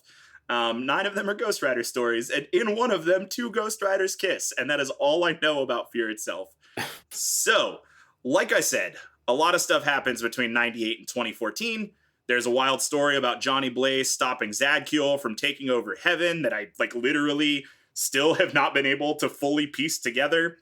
Like a lot of comics during the period, Ghost Rider was trying and failing to find stable footing. Mm-hmm. The character was unrelatable, its story had been garbled with comic book nonsense, and it was being driven by The Edge and The Edge alone.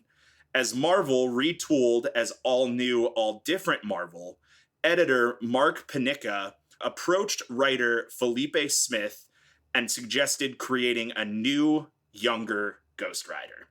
And that Ghost Rider debuted in 2014. It's picture number 10 in the documents, and his name is Robbie Reyes. Okay, this cover rocks. Yeah, this is really cool. I like very this orange.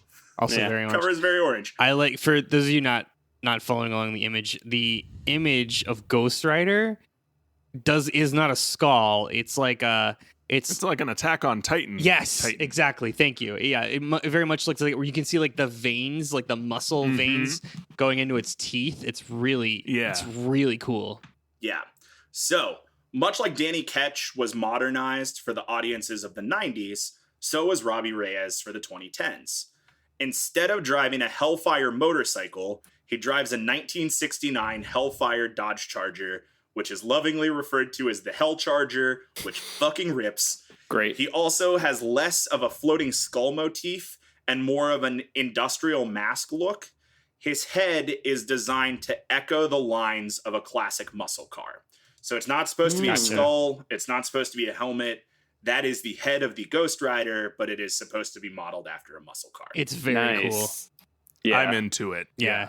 Like if this is a demon from hell possessing a body, why wouldn't it change shape based on the body it's possessing? I love it. I'm into it. Sold. Yes. Yeah. Sold. And in general, Robbie Reyes has been accepted by Ghost Rider fans in the same way that Miles Morales has been accepted by Spider-Man fans, which is to say that there have been some major holdouts, usually for racist ass issues. But in general, people are like, hey, this is a really cool new way to tell this story. Mm-hmm. So that story, let's jump into the basics. Robbie Reyes works as a mechanic at an auto body shop where he is saving money to get himself and his brother Gabe, who suffers from a developmental disability, out of gang-riddled East LA. Robbie, quote-unquote, borrows a 1969 Dodge Charger from the auto body shop to drag race at night for extra cash. Robbie is gunned down by mercenaries who are after the pills that were accidentally left in the trunk of the Charger when it got dropped off at the body shop. There's an interesting tie back into the fact that those pills were the same pills that turned Calvin Zabo into Mr. Hyde. Mr. Hyde is the first villain that Danny Ketch's Ghost Rider used the penance stare on. Mm-hmm. They don't walk that back. It's just a fun little Easter egg. And he's also in Agents of S.H.I.E.L.D. Yes, that is true. So, Robbie is gunned down by mercenaries, like I said. He is revived by a demonic spirit that is fused with the car and drives off into the night. He's bitten by a radioactive 1969 Dodge Charger. Got it. The spirit introduces itself to Robbie as Eli Morrow and claims to have been killed by gang members. He offers to help Robbie clean up his neighborhood in exchange for help avenging his death. Now, through doing this, Robbie becomes a local hero, which attracts the attention of Jonny Blaze, who comes and uses the penance stare on Eli Morrow's soul because Eli Morrow is actually a satanic serial killer who kidnapped and murdered at least 37 people before being killed by police. Also is Robbie Reyes' uncle. Also is the one who pushed Robbie Reyes' mother down the stairs while she was pregnant, causing Gabe's disability. Jesus. Yeah, Woof. I know. There's a lot to unpack there. Took a turn. Yep. Robbie and Eli fight for dominance over Robbie's body, but eventually bond permanently with Robbie, agreeing to satiate Eli's thirst for blood, but only by killing evil souls. This is like a mashup of the Stephen King novel Christine with the Futurama episode based on it, The Honking, turned into a Marvel comic. Question. And I love all of it. Yeah, I actually like no notes. Yeah. Cool. Now is this still the like Norman Cale or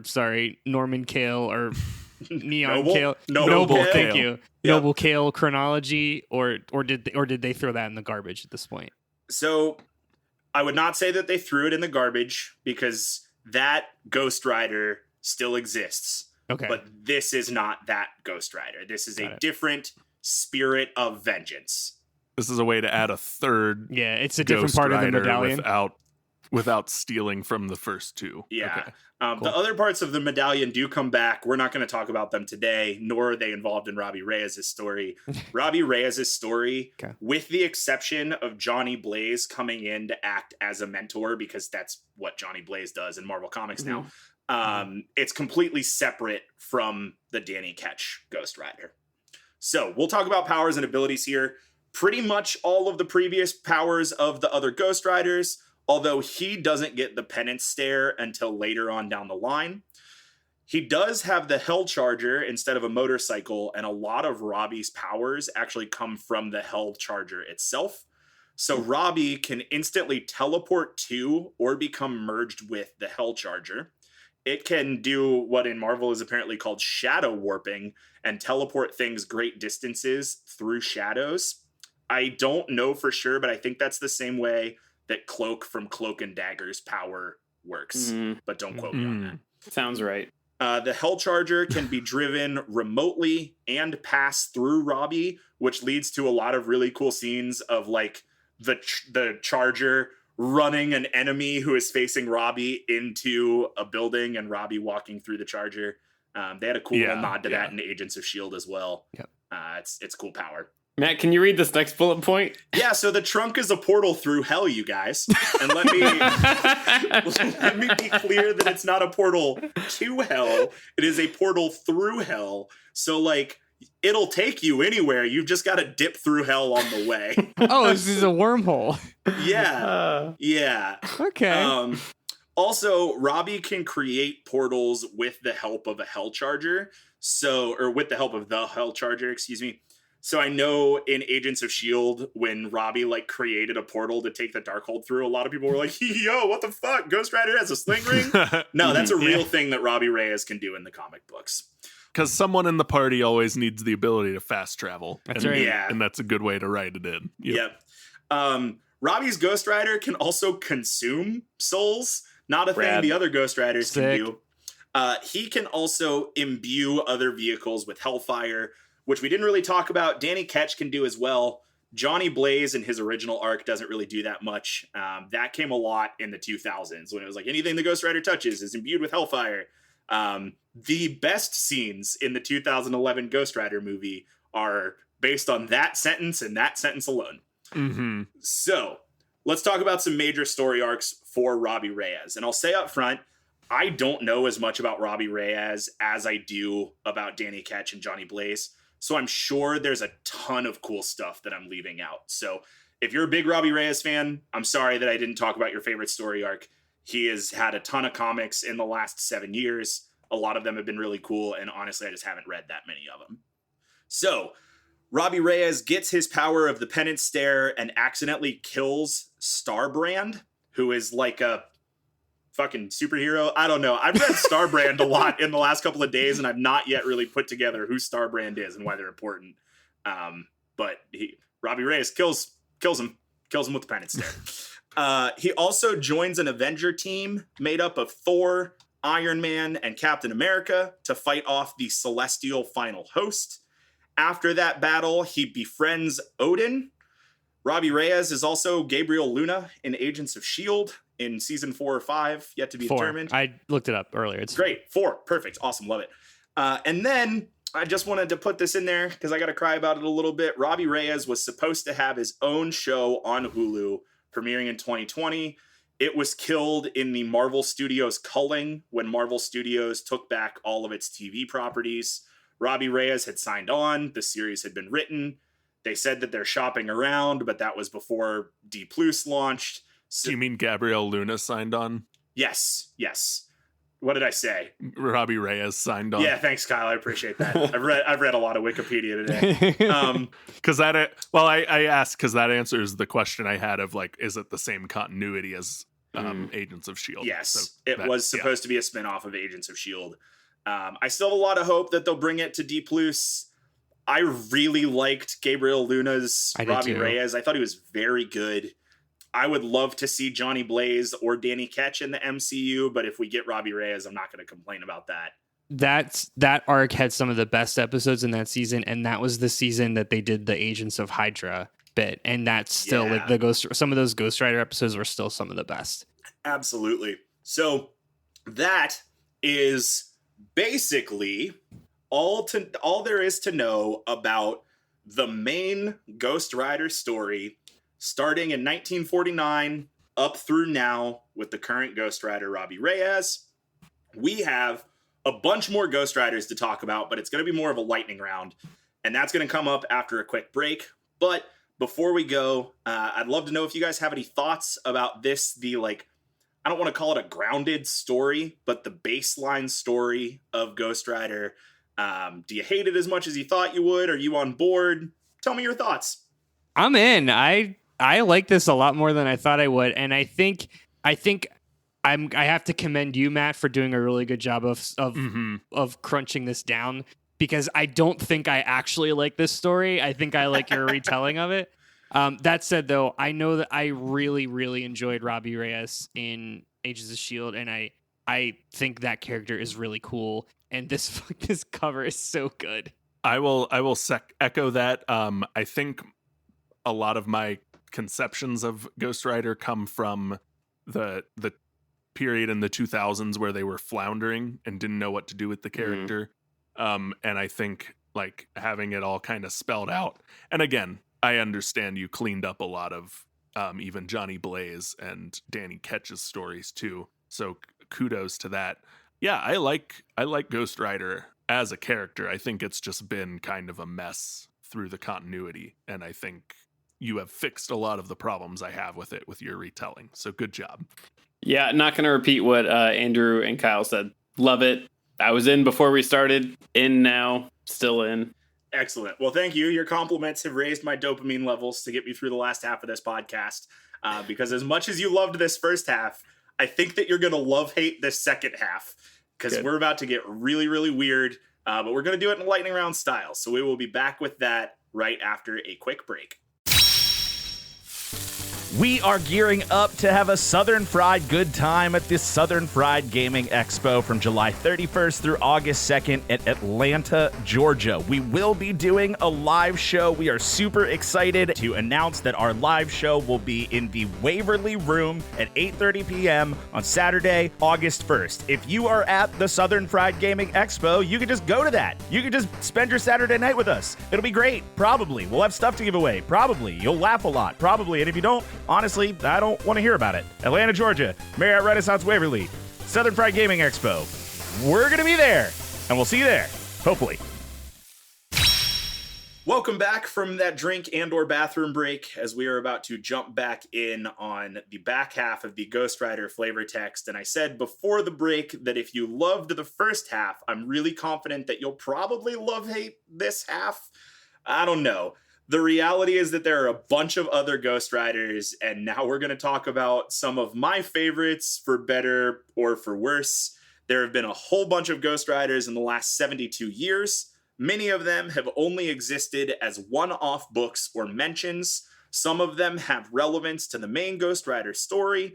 2 of them are pretty significant and also very cool. So we're going to talk about them for a bit. And then we're just going to go rapid fire through a whole bunch of other Ghost Riders that are just downright cool.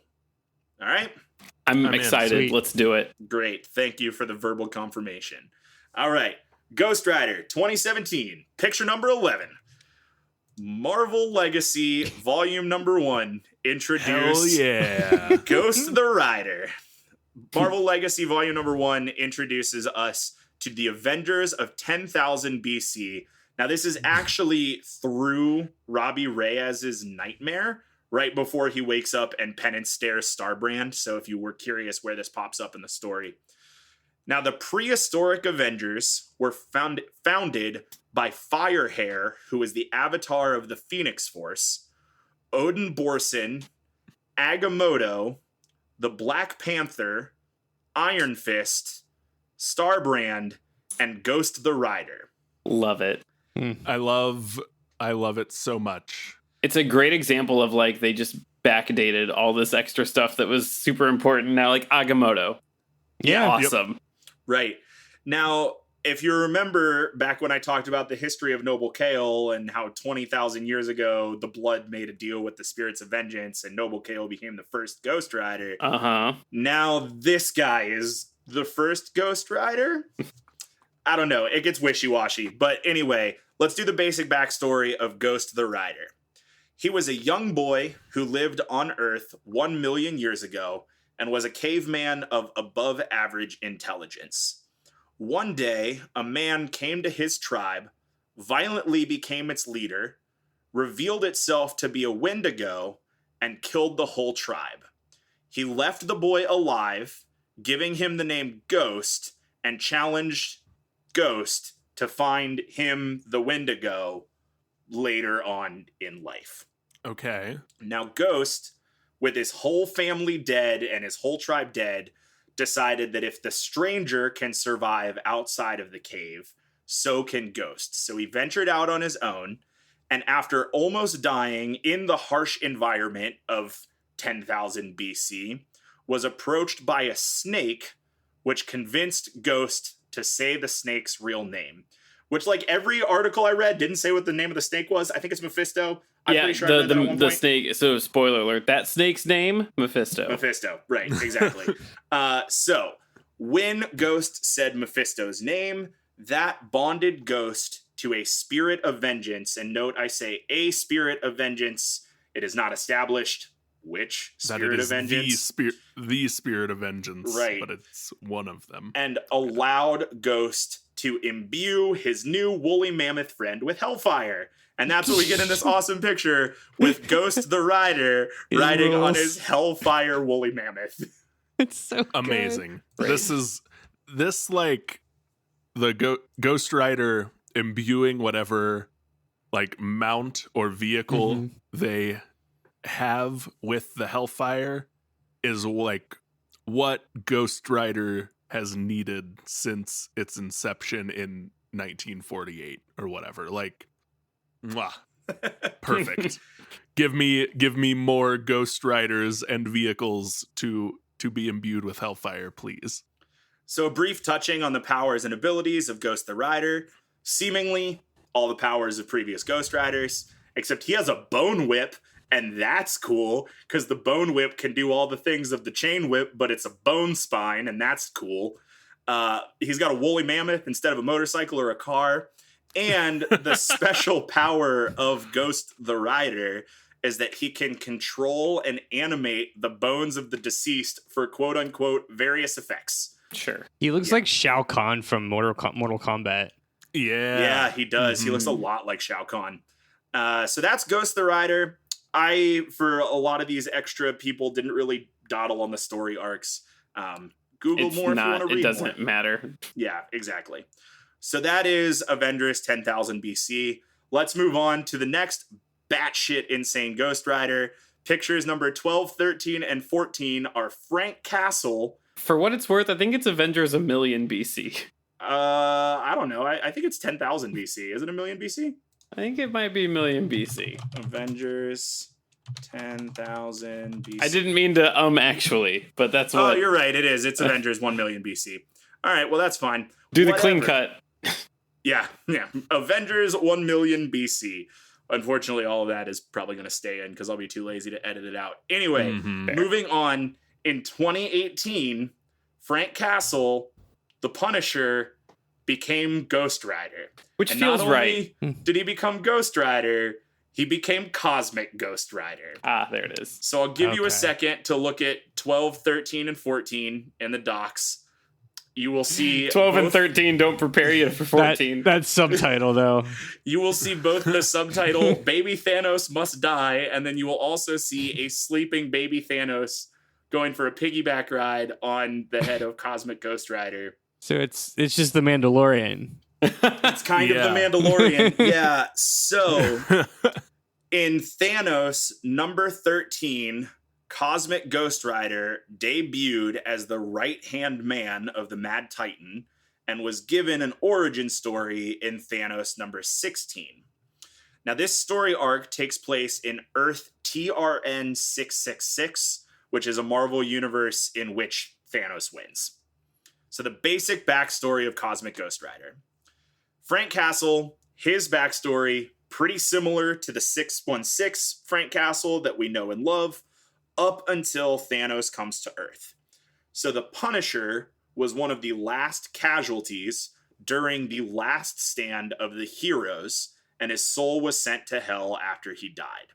When he got to hell, he made a deal for his soul with Mephisto to exact revenge on Thanos. But Frank Castle Ghost Rider returned to Earth to find Thanos gone and the planet to be completely dead. And he roams for a plot amount of time with no one to kill or love and begins to lose his mind from the solitude because even Mephisto stops responding to his messages. Until Mephisto gets tired of his shit. Yeah. Until Galactus shows up. So Frank, being the only living being left on planet Earth, offers the dead planet to Galactus in exchange for help stopping Thanos, and Galactus gives Frank the power cosmic, thus making him Cosmic Ghost Rider. Good. Very good. Yep. They find Thanos, who beheads Galactus, convinces Ghost Rider to join him so that he may view all the evil, and send him back in time to get a younger Thanos so they can all work together to defeat the Fallen One, who is actually the Silver Surfer, who then crushes Cosmic Ghost Rider with Mjolnir. Who crushes Cosmic Ghost Rider with Mjolnir? Silver Surfer, the Fallen One. Good. Yes. The Fallen One crushes Cosmic Ghost Rider with Mjolnir. I didn't follow that, but I don't feel like I need to. You super Yes. don't. Cool. Yeah. Okay, good. Odin revives Cosmic Ghost Rider and then offers him a place in Asgard, but Cosmic Ghost Rider Frank Castle doesn't fit into Asgard very well. And so instead, Odin gives him a piece of the Time Stone and offers to send him back to any point in history that he likes. He decides to go back in time to kill baby Thanos, but ends up trying to raise baby Thanos not to be Thanos. This story is fucking insane. He's literally the Don Cheadle moment of like, why don't we just go back in time to baby Thanos and just make strangling noises? Like, Yeah. What then the doesn't. fuck? There's Right. this whole thing where like Cable gets involved. Of course. And then like Ghost Rider kills like 3 or 4 iterations of Cable because cables from different times keep showing Yep. up. It's a mess. It all leads to Ghost Rider and baby Thanos being taken by Cable to an Earth that teen Thanos created that's half peaceful and half urban slavery. It's a mess. It's an absolute mess. Is it like a good story? Like, is it Is it a good mess? Is it a fun mess? Or is it just kind of is it it's just a mess? I haven't garbage? read Cosmic Ghost Rider because Okay. I saw the Oh, subtitle. and you're not going to? No, All right. I saw the subtitle Baby Thanos Must Die and said, no, that's okay. Not for me. So to be honest, I don't know. But the two books that I did read while I was researching this, I would not say is a good bad. I would say it is a bad bad. Others might disagree with me, but I don't have anything to argue against. Got it. There. There's a paragraph of the story. After bringing the Seekers to Thanos, the Fallen One was sent to locate the Maker. He found her corpse before he battled the Promeal gods Tenebrus and Aegis, who killed him and presented his remains to Thanos as a gesture of contempt. So that's the kind of thing you're going to get from this story. Mm-hmm. Yeah, Okay. exactly. good? All right, so let's get into the powers and abilities of Cosmic Ghost Rider. He's got all the previous Ghost Rider powers. Also, he has all the cosmic powers. So he can do all the Ghost Rider things, but he can also do interstellar travel, energy projection, a cosmic penance stare, which can incinerate any sinner regardless of if they feel remorse or not, and also telekinesis. Sure. Cosmic Ghost Throw that in there. Perfect. Yes. And That's now a mess. it's an absolute mess. It is a train wreck.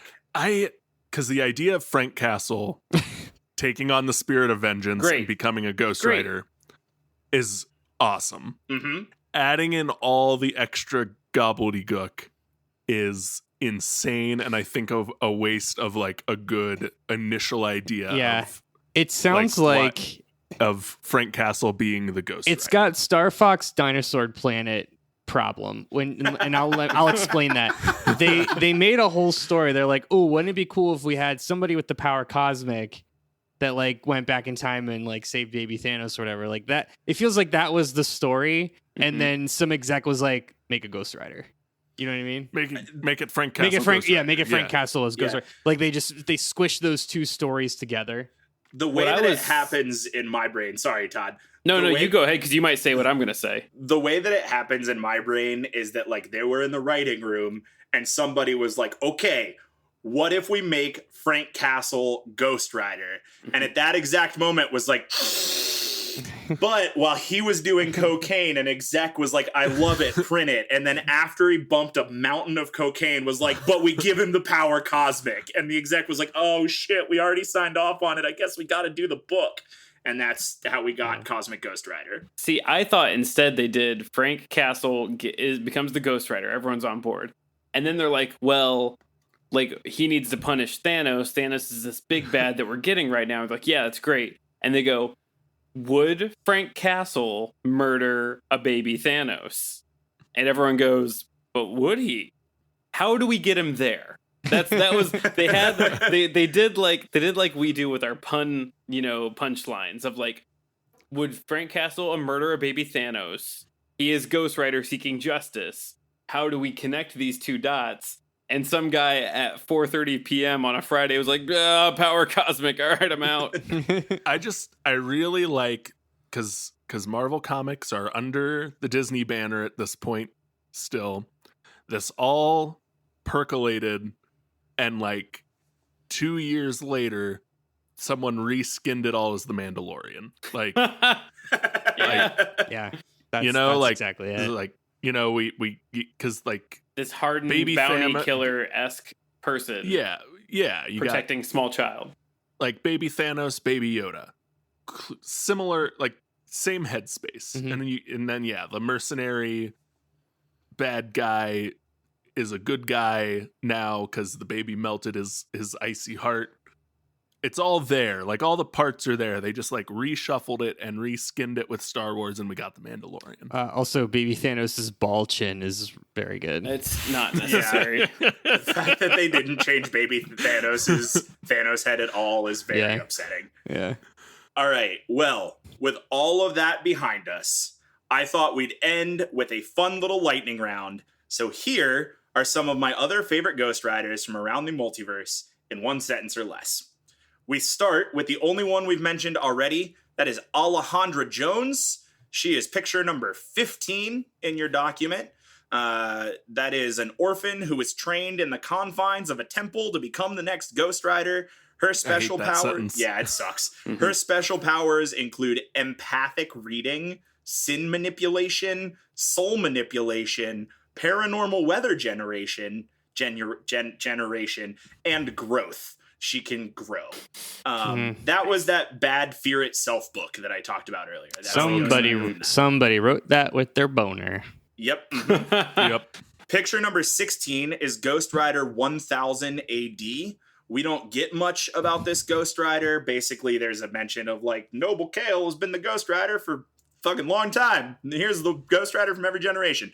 Ghost Rider 1000 BC or 1000 AD, is a Native American of the Sioux tribe who fought alongside Thor Odinson, Baldolph the Black, an Atlantean Iron Fist, Phoenix, Tanarak, Nahandra, and the Black Panther. He rides a Hellfire Bison. Okay. I saw the Hellfire Bison.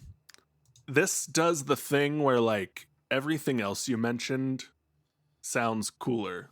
Like an Atlantean Iron Fist sounds really cool. Phoenix in the year 1000 AD sounds really cool. She's an old woman. Black Panther from the year 1000, like what Black Panther looked like in 1000 AD sounds really cool. We already got ancient Ghost Rider. Like, show me these other things. These like quote period piece, if you want to call it that, I guess. Avengers, I love this. Picture number 17 is Hellhawk.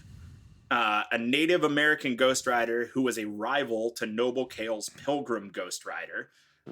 Says Marvel loves their cowboys and Indian stories. Yeah. Ooh, yeah. That's not great. I know.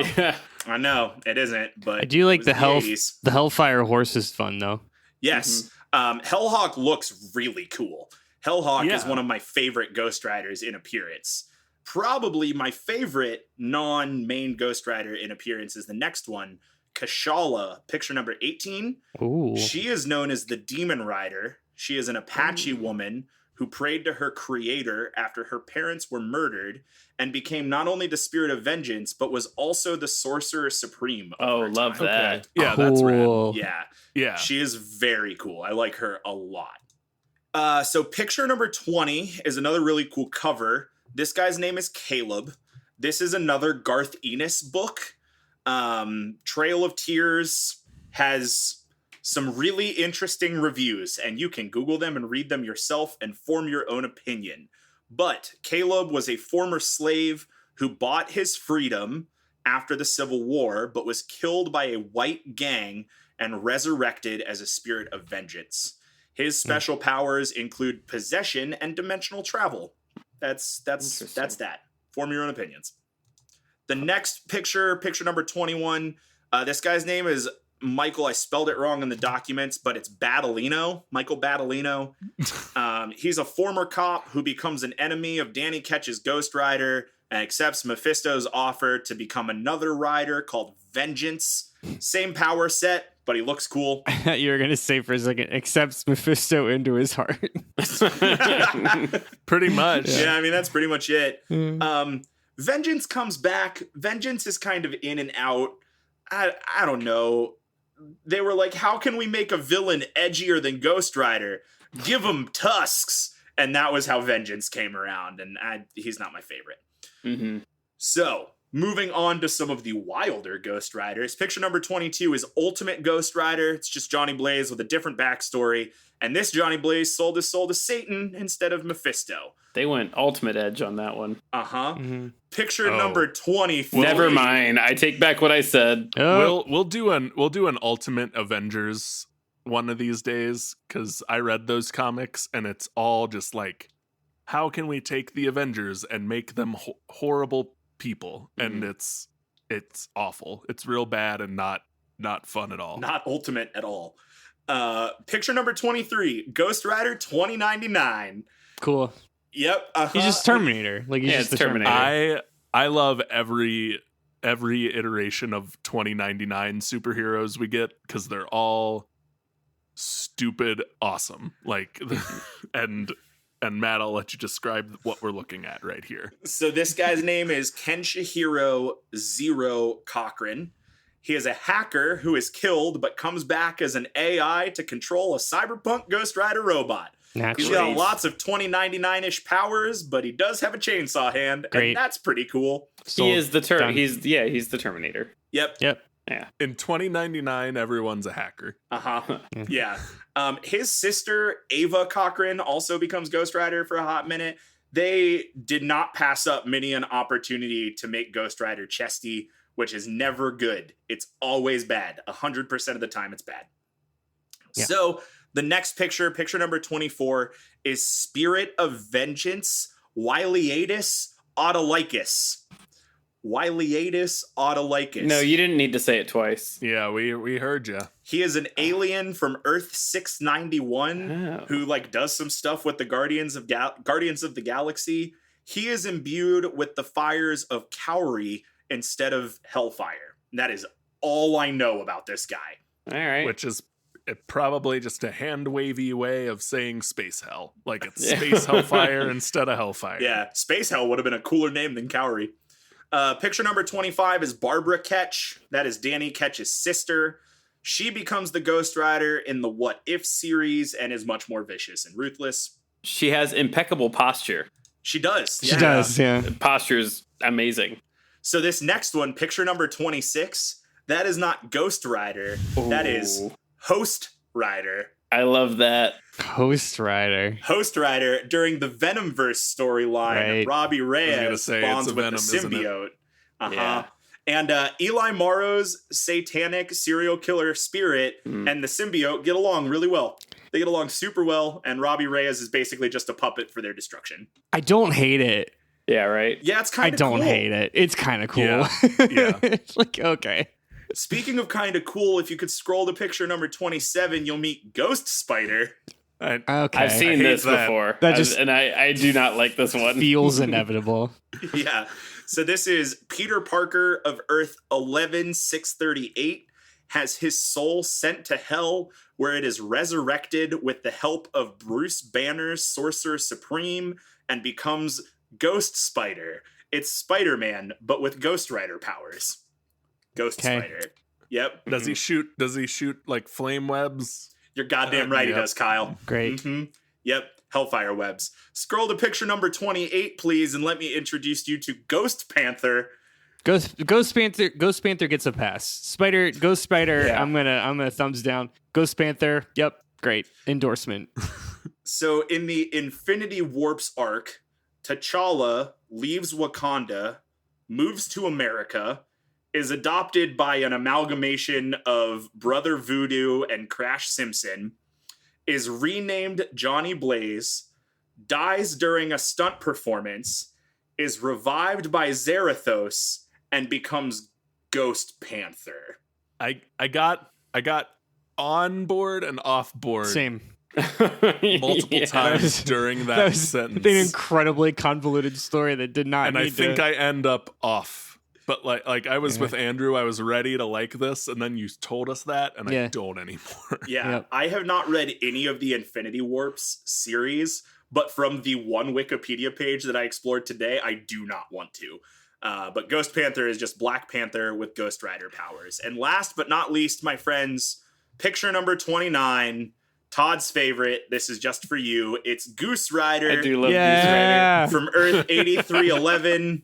He is a goose. I need all the listeners to know Todd is just like grinning a little schoolboy, and he's just so happy. What makes this so good is the panel has just honk honk honk written everywhere.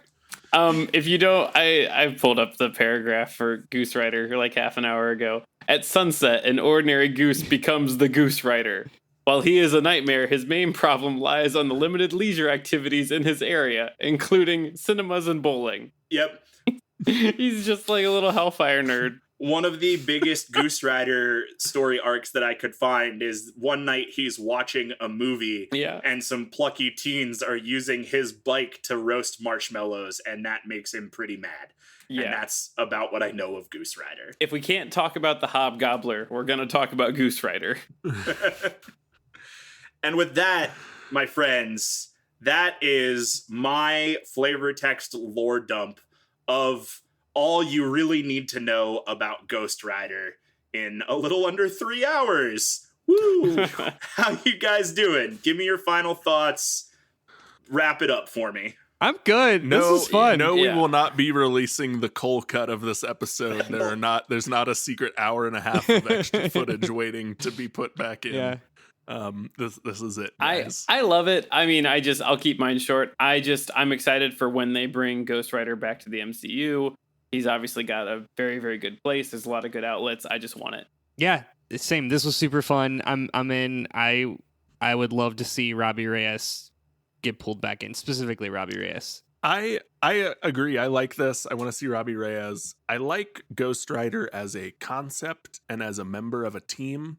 I don't know if I'm on board for like extended runs of solo Ghost Rider stories, but yeah, like you bring me the heroes are down and we've already been introduced to Ghost Rider, and then all of a sudden a flaming motorcycle comes back and turns the tide of battle. Yeah, of course I'm gonna love that every time I see it, but yeah, like you said, then we get things like Ghost Panther and all the convoluted stories through the 70s and 80s and early 2000s. I don't know if I like that, but yeah, I like Ghost Rider. This was good. Good. Well, I'm glad you guys don't hate me at the end of this. I worked really hard to make it consumable, because trust me, man, like I love Ghost Rider a lot, and I think I said it off air that my fanhood of Ghost Rider comes with a lot of picking and choosing the parts I choose to care about. Because like all comic book heroes, like the story's been pulled in a million different directions over 70 years, and there are some things you can look back on and really love, and some things you can look back on and wish it didn't happen. And the reality is that what's canon is wishy-washy at best, and you can like and enjoy whatever Ghost Rider stories you want without needing to accept the other ones. So if you really enjoyed this flavor text and you're looking for a place to jump in, I'll give you just a couple. For one, if you're like, I want one hit of Ghost Rider, I want to take my one hit and I want to go home, I really cannot recommend enough to you the 2007 Nic Cage Ghost Rider movie. It is a very good 2-hour hit of this Ghost Rider story. It's got all you need to know. It's got a couple of the names that matter. It's got the right powers. And after that, who gives a shit, man? You don't need to read anything else. Watch that movie. You got it. If you're looking to read a book or two, I really like the Midnight Suns arc. So you could pick up Ghost Rider Volume 3, number 28. That's where the Midnight Suns are formed. It's a really cool jumping off point. And now that you know this, you don't really need to know all the backstory of how they got there. You just need to know that they're there. Or if you want to jump in on some more modern stuff, also big recommendation for Robbie Reyes and his story. So you can pick up Ghost Rider. I think it's just All New Ghost Rider is what his first book is called, if I'm remembering correctly. That sounds right. Yeah, it's really good. Read it. Check it out. I like it a lot. And if you can slog through the first 4 seasons of Agents of S.H.I.E.L.D., Season 4 is where it gets good, and you should watch that too, because it's got Ghost Rider in it. Season 2 is good. Season 2 is where I think it like really picks up. Yeah, Season 1, we've said it before. It's until the Winter Soldier thing. Yeah. Until the Winter Soldier thing smashes into the storyline, it gets real good. But yeah, it's like the first 2/3 of Season 1 is the monster of the week slog, and then it gets good. Yeah. All right. Well, with all of that said and behind us, thank you for listening in to Debate This. And one more huge thanks to patron Connor, aka Thunder Chicken, for commissioning this episode of Debate This. You can follow along with our arguments on Twitter, Facebook, and Instagram at Debate This Cast, or on our website at debatethiscast.com. Like I said 2.5 hours ago, And just a second ago, this was a commissioned episode. If you would like to commission your own flavor text or hang out with us on Discord and score some sweet bonus content for both Debate This and our second show, The Plus is Loose, head on over to patreon.com/debatethiscast. I have one last request for you. If you have someone in your life who you know secretly enjoyed the 2007 Nic Cage Ghost Rider movie, send them this podcast. I promise, they need it. Until next time, I'm Matt Cole. I'm Andrew. You came from heaven to earth to show the way, from the earth to the cross, my debt to pay, from the cross to the grave, from the grave to the sky. Mephisto, I lift your name on high. 2 thumbs down, man. 2 big thumbs down. I'm Todd. If Ghost Rider took over an American rapper in 2019, it would be Ghost Malone Thomas. And I'm Kyle. We went this whole episode without bringing up that the villain of the 2007 Ghost Rider movie was American Beauty's Wes Bentley, Harper. And we're saying thanks for debating with us. And if you think we're wrong, you can come fight us behind the swing sets, nerds. Oh yeah.